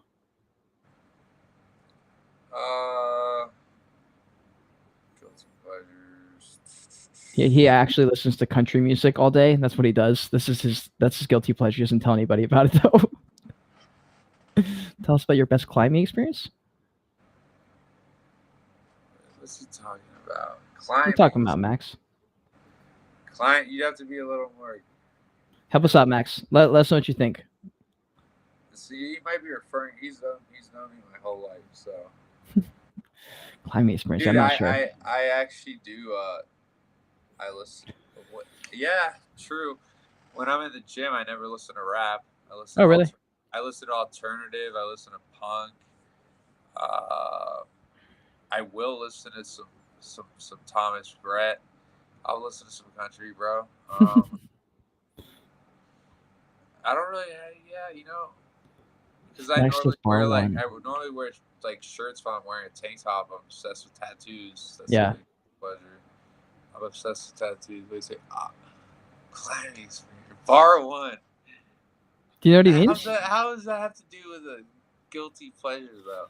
He's ignoring us. One time in Costa Rica, why are you bringing this story? I broke into a bar of a friend that I knew. After we left the bar, I think I was like 6 or 17. Yeah. I was already hammered, and we knew this guy that owned a bar, and it was a really nice bar, and I wanted like a pack of cigarettes and more beer, so I climbed over. And this bar was like centered right in the center of Tamarindo, which is a town in Costa Rica. So I set the alarm off, and everyone in town woke up. And I stole like 15 beers like this. And oh my God. And I got caught with all of it. And John came and saved me. Afraid of heights. Afraid of heights. Because I was so high up on the gate, probably. And it was like a huge building. Yeah, that's probably why. Got it. Okay. Do you have? Well, I was about to ask if you have any near-death experiences. I guess that would probably fall in that category. Or do you have another one, like another near-death experience? Yeah, even like my recent trip in Atlanta, I witnessed right in front of me. I was on the way to a video shoot, and I witnessed a car like probably 10 feet ahead of me hit the curb and flip like 10 times, completely blow up, 2 people inside, and I almost hit the car. Fuck. So I was going fast. Yeah. Dude, yeah, I've been in many almost car accidents. It scares me how close I've come sometimes, honestly. And I'm very calm, which is weird. Like every time I've almost died, like time, I know everyone says time slows down, but like time really does be slowing down, bro. Like when you're about to die, I remember multiple times. Like one time I got hit by a car when I was biking, and I flew in the air and did like a somersault in the air like this. Tamarindo. And what part? Oh, okay. And I was like literally flying in the air, and I remember like twisting in the air and being like, "Damn, I'm really out here." And then next day, I was just like crash onto the ground. It sucks. It's a weird feeling. It's when you ask me about that, it's like, dude, I've had a lot, so it's hard. It's hard for me to say. Yeah. I've had a lot. Like, I'm not scared of death at all, really, anymore. Like, even, I've probably had like at least over 5. Yeah. Really close death. Yeah. Experiences. And you, there's like a part of your brain or your soul or something that like, how do I say this? You can't always access that part of your brain. It's kind of like when people say you can have a full-on trip by breathing and having a breathing routine. Like it's weird that we are capable of tapping into a different part of your mind, body, soul during extreme situations like adrenaline, or like if you're in a near-death experience and you just are able to just think macro while you're like dying, you know? And I don't know, I just think it's really interesting, like what the brain's actually capable of if it's pinned against the wall and in an extreme situation. Yeah. It's like when we have those adrenaline rushes when we need to like get out of something or something Yeah. like that. You'll make it happen, dude. You're accessing a different part of your mind for sure. But Exactly. Okay. Crazy shit. What is it? Okay, I'd be interested in this question. What's the most surprising thing, if anything, that you've noticed in the NFT space? And then we'll talk about the music space as well. But first, NFTs. I mean, I guess it wasn't that big of a surprise that we saw a lot of stuff like drop during everything. But I mean, I guess in general, my biggest surprise was watching how many people actually started like FOMOing so hard, Mm. like really hard. And now it's kind of like evening out. Yeah, a little bit. All right, how about the the free mint thing? dude? The free mint and anything that's free shocks me. It's like the free mints and the airdrops. Remember airdrop season? Yes. Like we were literally, I got handed 2K for open DAO or some random drop, and then I got handed like $1,000 from Looks Rare. And I remember just being like, bro, did that just happen? Did I literally just get airdropped $2,000? And I was just like, okay. And we all just rolled with it. That was a huge surprise. That was the hugest surprise for me. Was those two things. You probably made a fucking bag, dude, because like I wasn't even trading that much, and I still made 2K. You know. I was making some good flips. How about the music space? What's the most surprising thing about the music industry? And do you think your answer changes? How long you like you've been doing it like over 10 years or something like that? So like maybe the last few years versus like the beginning of your career, things that have changed that maybe you're surprised about or something? Just how much easier social media has made it for people, and how much more open knowledge there is if you really want to learn about what's really going on in the music industry, how easy it is to actually go look up and go figure it out if you want to. Yeah, it's pretty surprising to me.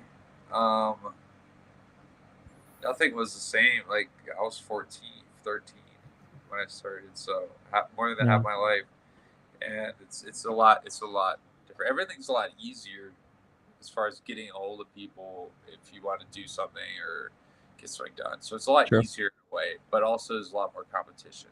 So again, though, you could just drop something, blow up on TikTok. You never know. Yeah. So a lot of it's about luck, who you know, and it just blows my mind how social media has changed everything. Do you have any tips for anyone who's trying to do music? Like I don't know. Do you know Champ, the YouTuber, NFT YouTuber? So Champ, did you know Champ's like a music artist?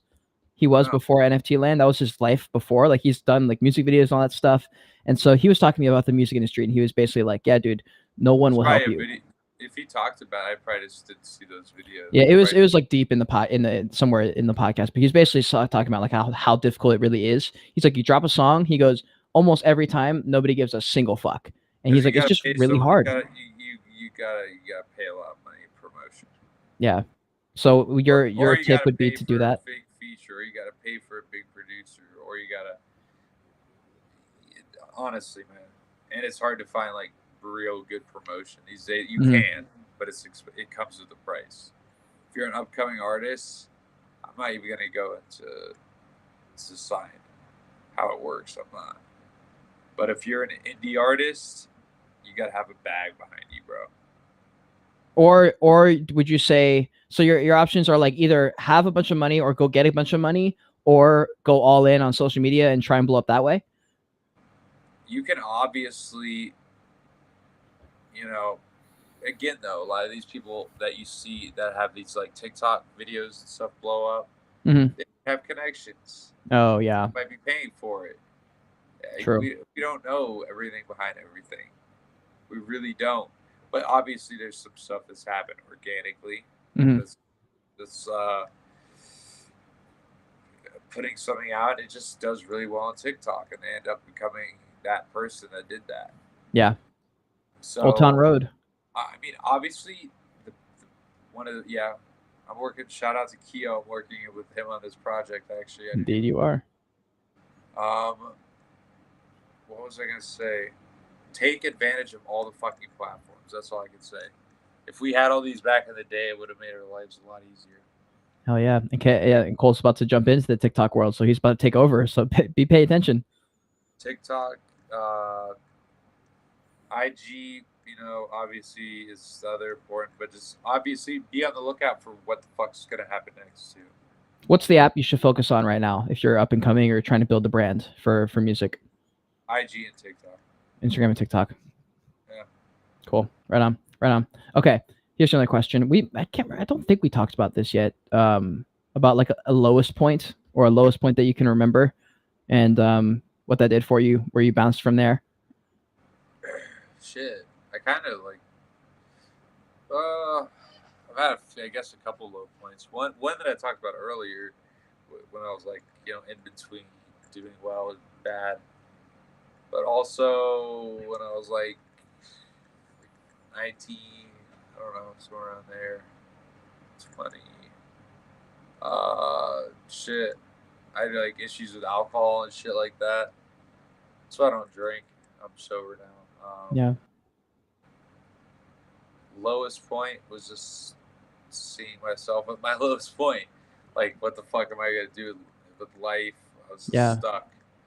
So I had to wake the fuck up and change my life, discipline myself. I got like a real job. I was doing shit like that. Mm-hmm. Yeah, dude, being sober, honestly, like being sober changed my life. You're very, very clear. Like anytime even with weed, like when I stop smoking, even for a day or two, I notice a huge fucking difference.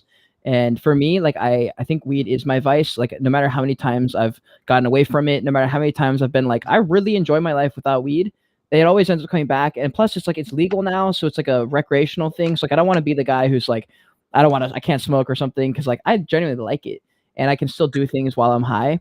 But with alcohol, it's a bit different. It's a little bit harder to be productive when you're drunk. Not everyone can smoke and get things done. It's just not for good point. Yeah. I mean, I smoke.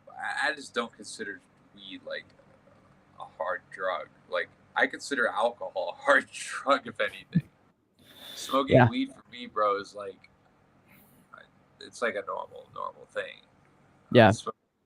For God knows how long, but yeah, like when I was just taking like a little trip. I went 3 days without smoking. When I came back, I was smoking, and it's the same. No one knows when I'm smoking. Like, yeah. I'm always high. No, but for real, like my eyes don't get red. I drink so much water. It's like because I mean I smoke throughout the day, but not all people can do like 3 different things at once. Yeah, I agree. I didn't even think about that. But alcohol, man, oh my god.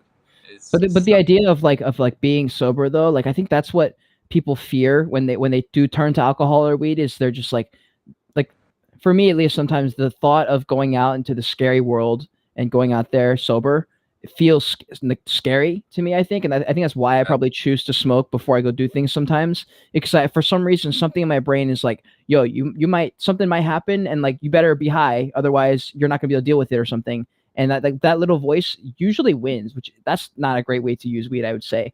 But I don't know, man. Yeah. Like, but when you're sober, like, you can handle it. It's just very true. Oh shit. Nah, you're there. Am I there? Yeah. This is when it's like a green screen. I'm gonna shout to. All right. What's up, fam? I'm on the. You're back. Oh, 1 sec. I'm gonna figure out what's wrong with the camera. Hold on, it's breaking up a little bit. Can you hear me now? Can't hear you. Can you hear me?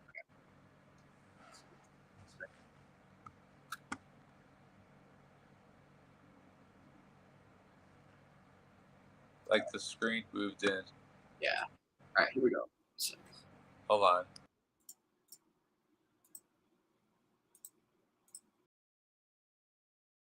Okay. Can you guys see me or hear me? My video should be on USB now. Here we go. 3, 2, 1. Okay. And there's my audio back. Can anyone hear me? Let me know. I think there was just some kind of wiring issue. I'm back now, it seems. Cole has disappeared, though. I don't know where Cole went. Cole, can you hear me? Let me send him a text real quick. Okay, yes and yes. Perfect. All right.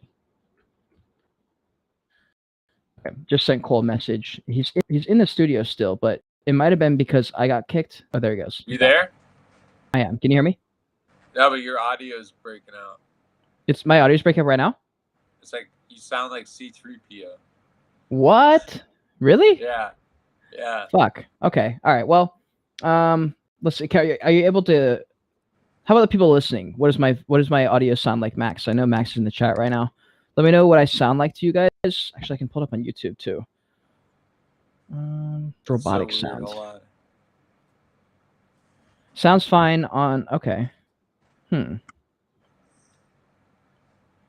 says sounds fine on the stream. There, now I can hear you. Oh, is it better?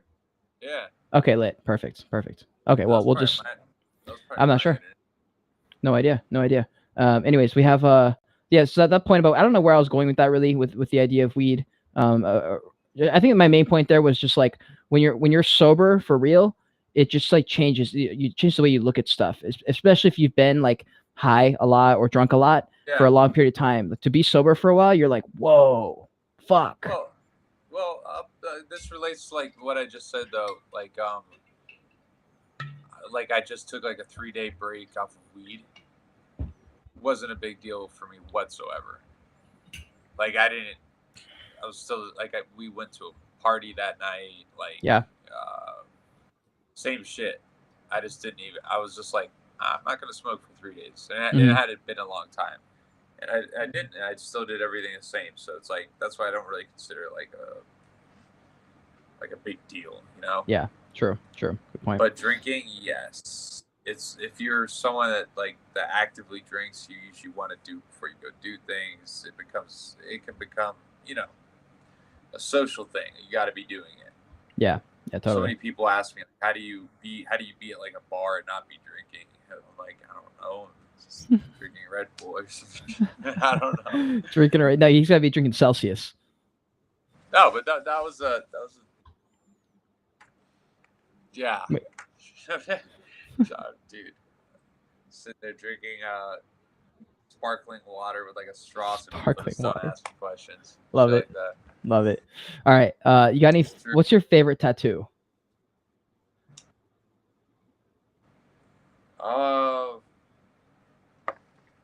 got shit. I have like a bunch on my sides and stuff too. My favorite tattoo. Bro, it's got to be the chest one, right? I don't know. I'm not done. No? I still have to finish a lot of this shit. I like wings. Part here too. I have so much random shit under here. It's like you can't even tell. I don't even know what I have anymore. I have like a broken heart here from when my grandma died. I have this, which is funny because it looks like a White Claw logo, and I tried to get away, but I don't know if you can see it that well. It's hard to see from there, but I believe you. He's a walking advertisement. Someone sponsor this man. No, my favorite tattoo though is probably the Virgin Mary on my arm, just because it was like my second nice. tattoo, and it has my grandmother's name under it. So hell yeah. That's probably my favorite tattoo. Right on. I guess I mean my favorite tattoo is I guess it has to be Joyage because that's my brand. Check out my fingers. I was gonna say the finger one's gotta be. Yeah, but like while we're showing tattoos, I don't like honestly I don't think a lot of people know, but I have like half a sleeve. I'm gonna finish the rest of it this year. But people who don't know, I do have my entire shoulder done here, which a lot of people haven't seen. You never show your tattoos. Yeah, I don't. I honestly, most people don't even know I like am athletic. Like a lot of people, like I had someone tell me that they were like, I thought you were some nerdy guy who talks about NFTs. And I was like, no, I was like a bodybuilder at one point. Every time I talk to you, you're in the gym. And yeah. No, but this tattoo is, I love this tattoo. It's St. Michael. Putting down the devil, basically. There's the devil down here. Hard to see, but that's the devil. That one's sick. I can see it. You can easily turn that into a sleeve, dude. Yeah, I love wings, so that's why part of the reason I got like something with the angel, and then I love thorns and roses. So I want something like that goes down. I definitely want to get my entire like hand done, and I'm pretty sure like this left arm will be fully tatted. I think I'm gonna leave this one relatively untouched potentially, but I don't know. We'll see. Yeah, that's what I've said, and now I'm like, I want to do my other arm. Like, oh no! I was like, I'm gonna not. I wasn't supposed to get this music note on this arm. It was supposed to be here. I got KS instead tattooed here. Yeah. But the music note, I was drunk when I was like 19, and I went and got it on the wrong hand. And no. So now I'm like, I might just finish do this from arm now. Damn. But yeah, no, a lot of my tattoos, I got done just like in random countries, random places, like on the spot. And the chest one I did all in one take, which was not very fun. It looks painful, dude, right there, like on the bone right here. Yes, this was very bad. Yeah. I took it like a champ, though. And the ribs are just as worse. Yeah, I heard the ribs are bad. But yeah, no, I plan on doing like my full, just not my neck or my face, obviously. Unless I start drinking. I'm Yeah. No, dude. But I'm always just like, that's why like you have balls like to do your fucking fingers and shit. I want to do my hand, but I don't know. Yeah. Like, I mean, I got it on my fingers. That way I could count myself out for a lot of jobs. It's just a lot of jobs won't hire you if you have stuff on your hands. And I feel like I did that to kind of push myself into a corner, to force myself to go make a job, basically, instead of finding one. And that worked out really well. It pretty much was one of the main catalysts into the Joyage and beginning this, literally this entire thing. That's pretty badass. Yeah, because it's like a point of no return at that point. Like, it's on your fingers. Yeah. So, like hell yeah, man. Hell yeah. All right, I got a couple of last questions here to wrap up. And also, guys, if you haven't entered the giveaway, just scroll up on the chat real quick, and I'll pull it up on the screen here. If you haven't entered, all you have to do, they have to tweet it, and also if they hit us up on Instagram about it with a screenshot, we'll include that. Yeah, post it on Instagram, Twitter, wherever. It's only for people who are in the live, so you're going to be in like a pool of just a few people. So chances of winning are high. You're gonna there's a VFriends Series 2 valued at like 0.3 or 0.4 ETH, which is awesome, and it's Joyage merchandise. So yeah, it should be cool. So make sure you enter that giveaway. And a couple last questions here. Do you have any conspiracies that you're like, yeah, that's probably true? Conspiracies, like anything in general? Yeah, anything in general. Like, some people have like gone down the rabbit hole and are like, this is like, this happened for sure. Like, I remember when I first tripped on acid, I saw a documentary about the Anunnaki, which is apparently the civilization that created us. Yeah, I'm like, I'm sold on that shit, dude. I am. I'm sold on the Anunnaki. It's got to be true, bro. It's literally too many things. It's so funny that you brought that up. No, dude, that we come from like alien, like an alien civilization type shit. Yeah, bro. Like, we're very different from everybody else. Look, dude, the government said it now, so I can say it that UFOs are real. I've seen so many goddamn UFOs up close. Really? Like, I lived in this small town in North Carolina when I was really young, and we actually had a crash site. Like, we drove by one night. There were so many, so I actually got to see, like, as a little kid, like, one crash down far away. But I remember when I was like really, really young, on my porch in North Carolina, seeing like a flying saucer right in front of me, and like turning around to like yell at my parents, turning back and seeing it fly away. Like, this little town, it's called Hiawassee, North Carolina. It was like known for like a bunch of them. So were you scared? Yeah, I was fucking scared for sure. And we also saw one here in Panama at one point too. Like, the TV started to flicker, everything. Whoa. I have this shit on video, dude. I gotta find that, actually. I do have this on video. Yeah, drop that, dude. No, enough people are gonna ask about that. Damn. I saved it. That's not a conspiracy theory anymore, though. Right? No, dude. I mean, I was about to say, when I was traveling and I was on my Joyage, I was in the middle of nowhere for real. I was in South Dakota on a highway. Like, there was nothing within 50 miles of me in any direction. And I was driving. It was 2 a.m. I was driving through the night or something like that. And I remember I stopped because it was beautiful. Like, the stars were out. Like, when you're out there in the middle of nowhere, you can see the whole Milky Way. And I remember just like pausing and sitting on top of my car for like probably 30 minutes, just kind of like staring at the stars and like looking for shooting stars and whatnot. And I go out and lay on the road because, I don't know, I wanted to, and there's no one on the road. So I laid out on the highway, looking up at the sky. Bro, this fucking moving light, it looks like a star. It's just moving really, really fast. And then, dude, this was the scariest thing I've ever experienced in my I've never been this scared in my life.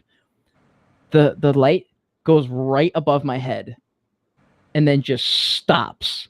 And I'm just like looking up, and it like directly straight over me, there's a light that just stopped right above me. And I was like, oh my God, this is it. I'm about to get abducted. And I literally started to like, I started hyper. I was like, oh my God, fuck, this is it. And I started to get so scared because I was like, no one knows I'm here. Nobody knows I'm here. Yeah. No one's going to find me. And I was like, The perfect victim. Oh my God. I've never been, it was like, dude, everything lined up and I was like, this is it. And I've never been more scared and excited in my life because that's something that my dad has to always ask me about. He's like, what would you do if you got like abducted, or like, would you go with them if they're like, hey, we can take you, but we can't bring you back?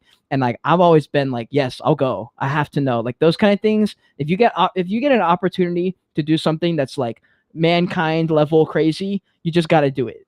Got abducted and got probed. I No, read that. From my own recollection, I don't think I got kidnapped. I don't remember. I mean, it's possible that it happened and it was like, super quick. One of those things that they talk about in movies where it's just like, you don't even know what happened. Free prostate exam. No, it was very scary. But eventually I think I don't know. I think I just freaked out for a little bit and then went back to my car and then nothing ever happened. At least I don't remember anything happening. So potentially I got probed, and that's the reason that I look like an alien with these glasses now. So. Oh my God. Nuts. No, but yeah. But what you were saying about conspiracy theory, like or shit like that, so there's a lot of shit in the world that's just going on that you might hear about, like, that people say isn't true, and a lot of that shit, if you really do some research on, might be true. I don't know. It's not too much I want to speak about, but there's a lot of shit out there I think that's silenced, that should be talked about a little bit more. But anything in music? The industry's a little fucked up, but I think they could regulate things better and make things more easier for like all artists to, like, not get shelved. Yeah. Put away. But yeah, there's a lot of stuff that I can't really speak on too much, but it could be cleaner. Yeah, true. All right, I got 2 last questions for you, maybe 3. Do you have any reoccurring dreams? Reoccurring dreams. Good question.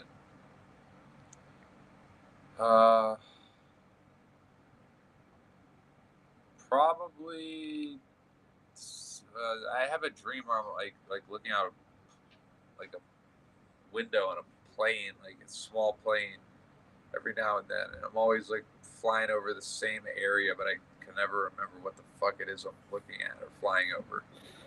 I always wake up and like it feels like I actually was on that plane. I've probably had that like happen dozens of times. Same dream. Weird. And there's always like someone new on the plane. It's weird. That is super funky. Is it a memory, like the actual experience, do you think? Of flying in a small plane over something? Was that like a memory that is replaying, you think? Yeah, I guess.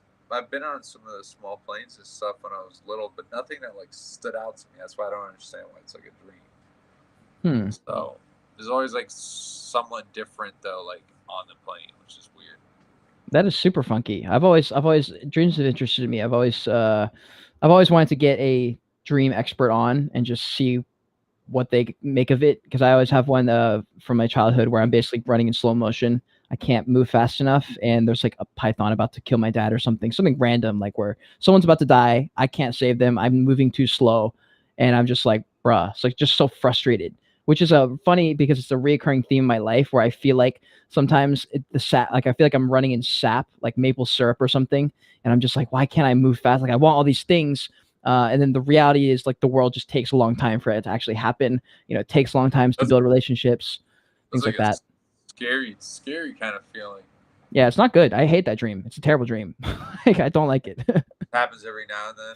Yeah, it's been a while, to be fair, but it was something that I had a lot growing up, and it was just random. Like I just never really understood it. But now I guess it makes a little bit of sense, I guess, now, if that's what it's trying to represent or something. Like the world just moves a little bit slow, or like when government wants to do something, it takes a long time. Just some things just take a while. Yeah. Could be you just thinking about like moving forward. Yeah. How it started slow and it's starting to speed up. I mean, shit, so many different things, man. Yeah, right on. All right, before I ask my last question, it's NFT related. Was there anything that you wanted to say before, I guess? Or is there anything that like didn't come up that you were like, shit, I wish we had said this or talked about it? All right, what's kind of alpha do we not talk about that we could throw in there as far as What's your number one tip for trading NFTs, for flipping, I guess? all right, definitely any project, make sure it's a project that obviously it doesn't technically have to be talked about a lot, but it should be mentioned somewhere. It doesn't have to be, but if it isn't, make sure you go check out, their Twitter, their website, their Discord, everything about them first. Know when their post reveal is going to happen, their pre-reveal. If this is a project that you're looking to like hold or something like that, then I would say always. I mean, you can buy It depends on if you're going to hold and just wait. But if you're trying to make money, always buy post reveal. That's one of my biggest tips that I can give out there. And I know a lot of people aren't big on this, like what we talked about earlier. I'm always going to snipe rares. That's what I do. Even if it's one I'm holding, it's going to be a rare I'm sniping. Like my invisible friends that I'm holding, it's a rarity 32. Like, that's crazy, dude. I'm holding that just because I know one day, even if the project, God forbid, goes down to a lower floor, someone's going to want a rare one. More so than just a floor one. So remember that. And I just always look for projects that just have something going on with them. Like there's these free mint ones. I've seen a lot of them. I've done the research to the point where it's like I find that one of their creators has done something successful in social media in the back. Like it's got to be something that has a selling point, not something that you're just buying into. It's just gonna completely empty your fucking wallet. Wait for post reveal, sniper rare if you can. Shout out Trade Sniper, Icy Tools. Those are some of my biggest ones I use. If I was a Trade Sniper and Icy Tools, then I don't know. Save my life flipping shit. So that's a huge tip for you guys up. Degens.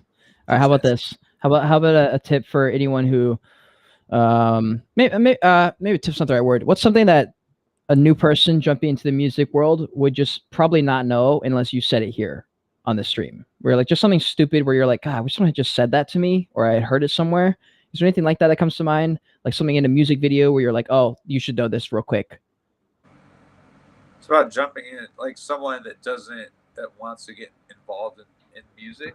Or they're early. They're just early in their career and they're just like looking for a little bit of guidance. Is there anything where you're like comes to mind where you're like, oh, you should know this? Like when I'm at a server, I'm like, hey, like you should put this here, but you should put this here for better results. Or like, hey, you should give them a mint before so you get a bigger tip. Or like you should check into just like little nuanced things. Is there anything that comes to mind with either recording or with networking? Don't ever try to mix and master your own shit.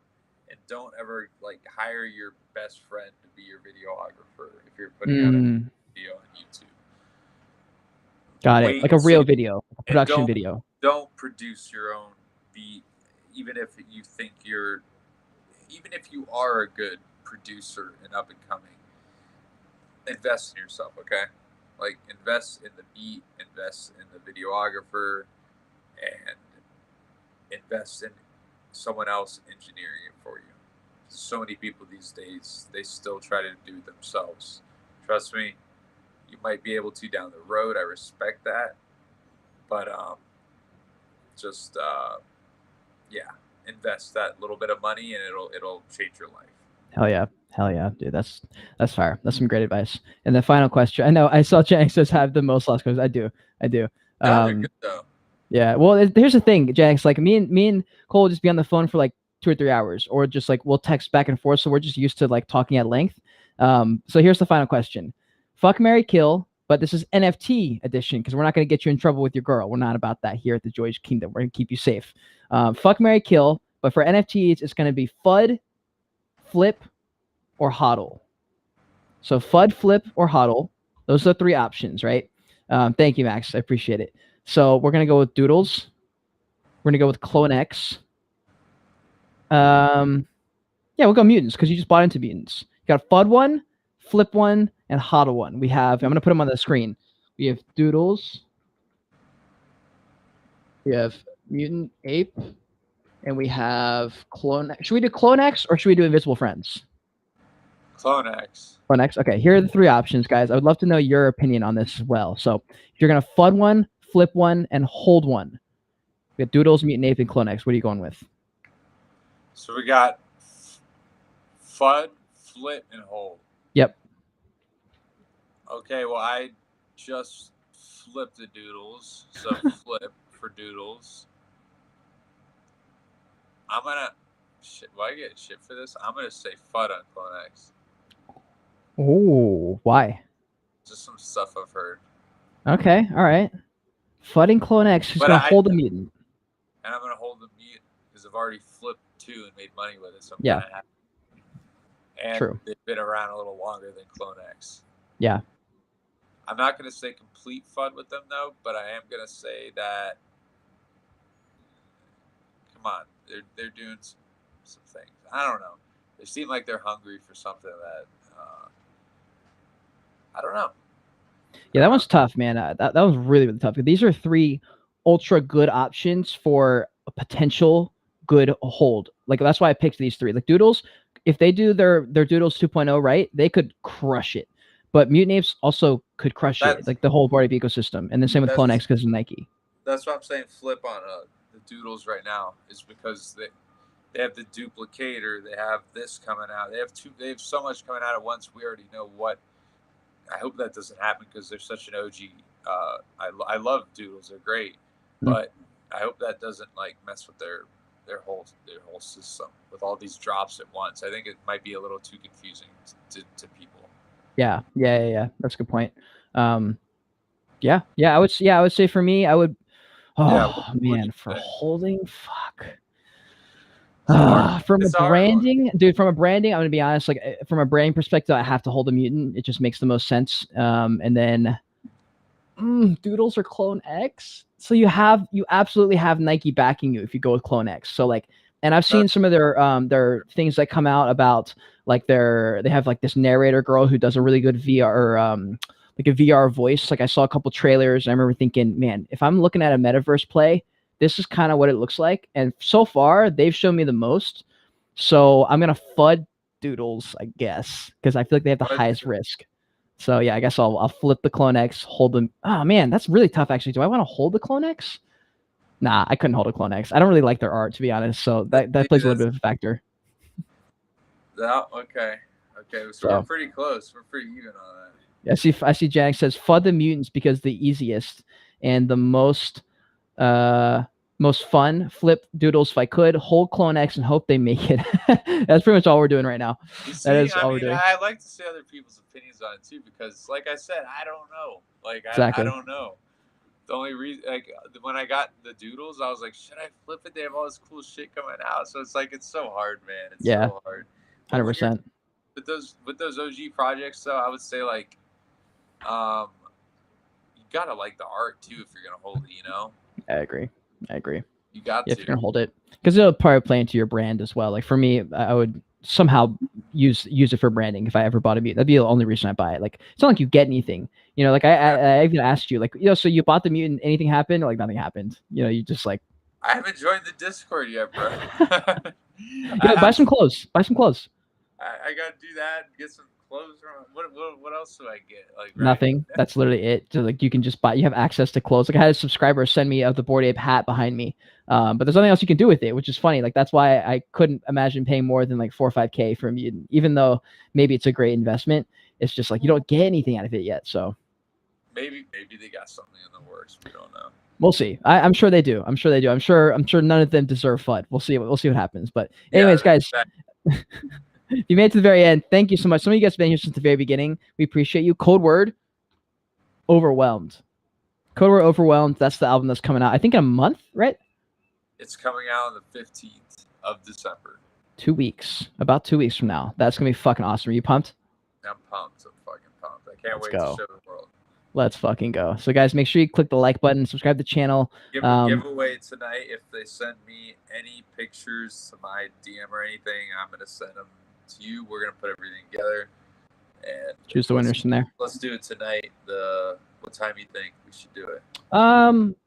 Like 4 or 5 hours maybe. We'll let the podcast sit up here for a little bit, even though they I guess they won't really know. Well, I guess I did say it, so they would know. But yeah, only people who are live can actually enter that giveaway. So we'll chop it after this podcast. I'm gonna take screenshots of who's all sent it. So you have about a 30-minute window, I would say, before we cut it off and say, okay, no more entries. So we do appreciate you guys. And yeah, make sure you click the like button. Follow him. I have all his stuff. I have his Instagram down below in the description, his Twitter, and his YouTube down below in the description. So make sure you show him some love over there. And dude, this is fucking awesome. I'm glad we finally got it done, and I think we'll probably have more in the future. Cade, thanks again for having me, bro. I appreciate it. Hell yeah, man. Hell yeah. Awesome. This was great. Guys, thank you so much for being here. Until next time, continue on your Joyage, continue to learn, and be grateful you're alive. Yep. Watching this really? Did I really hit the wrong graphic 2 times in a row now? Okay, let's do this again. Until next time, continue to enjoy.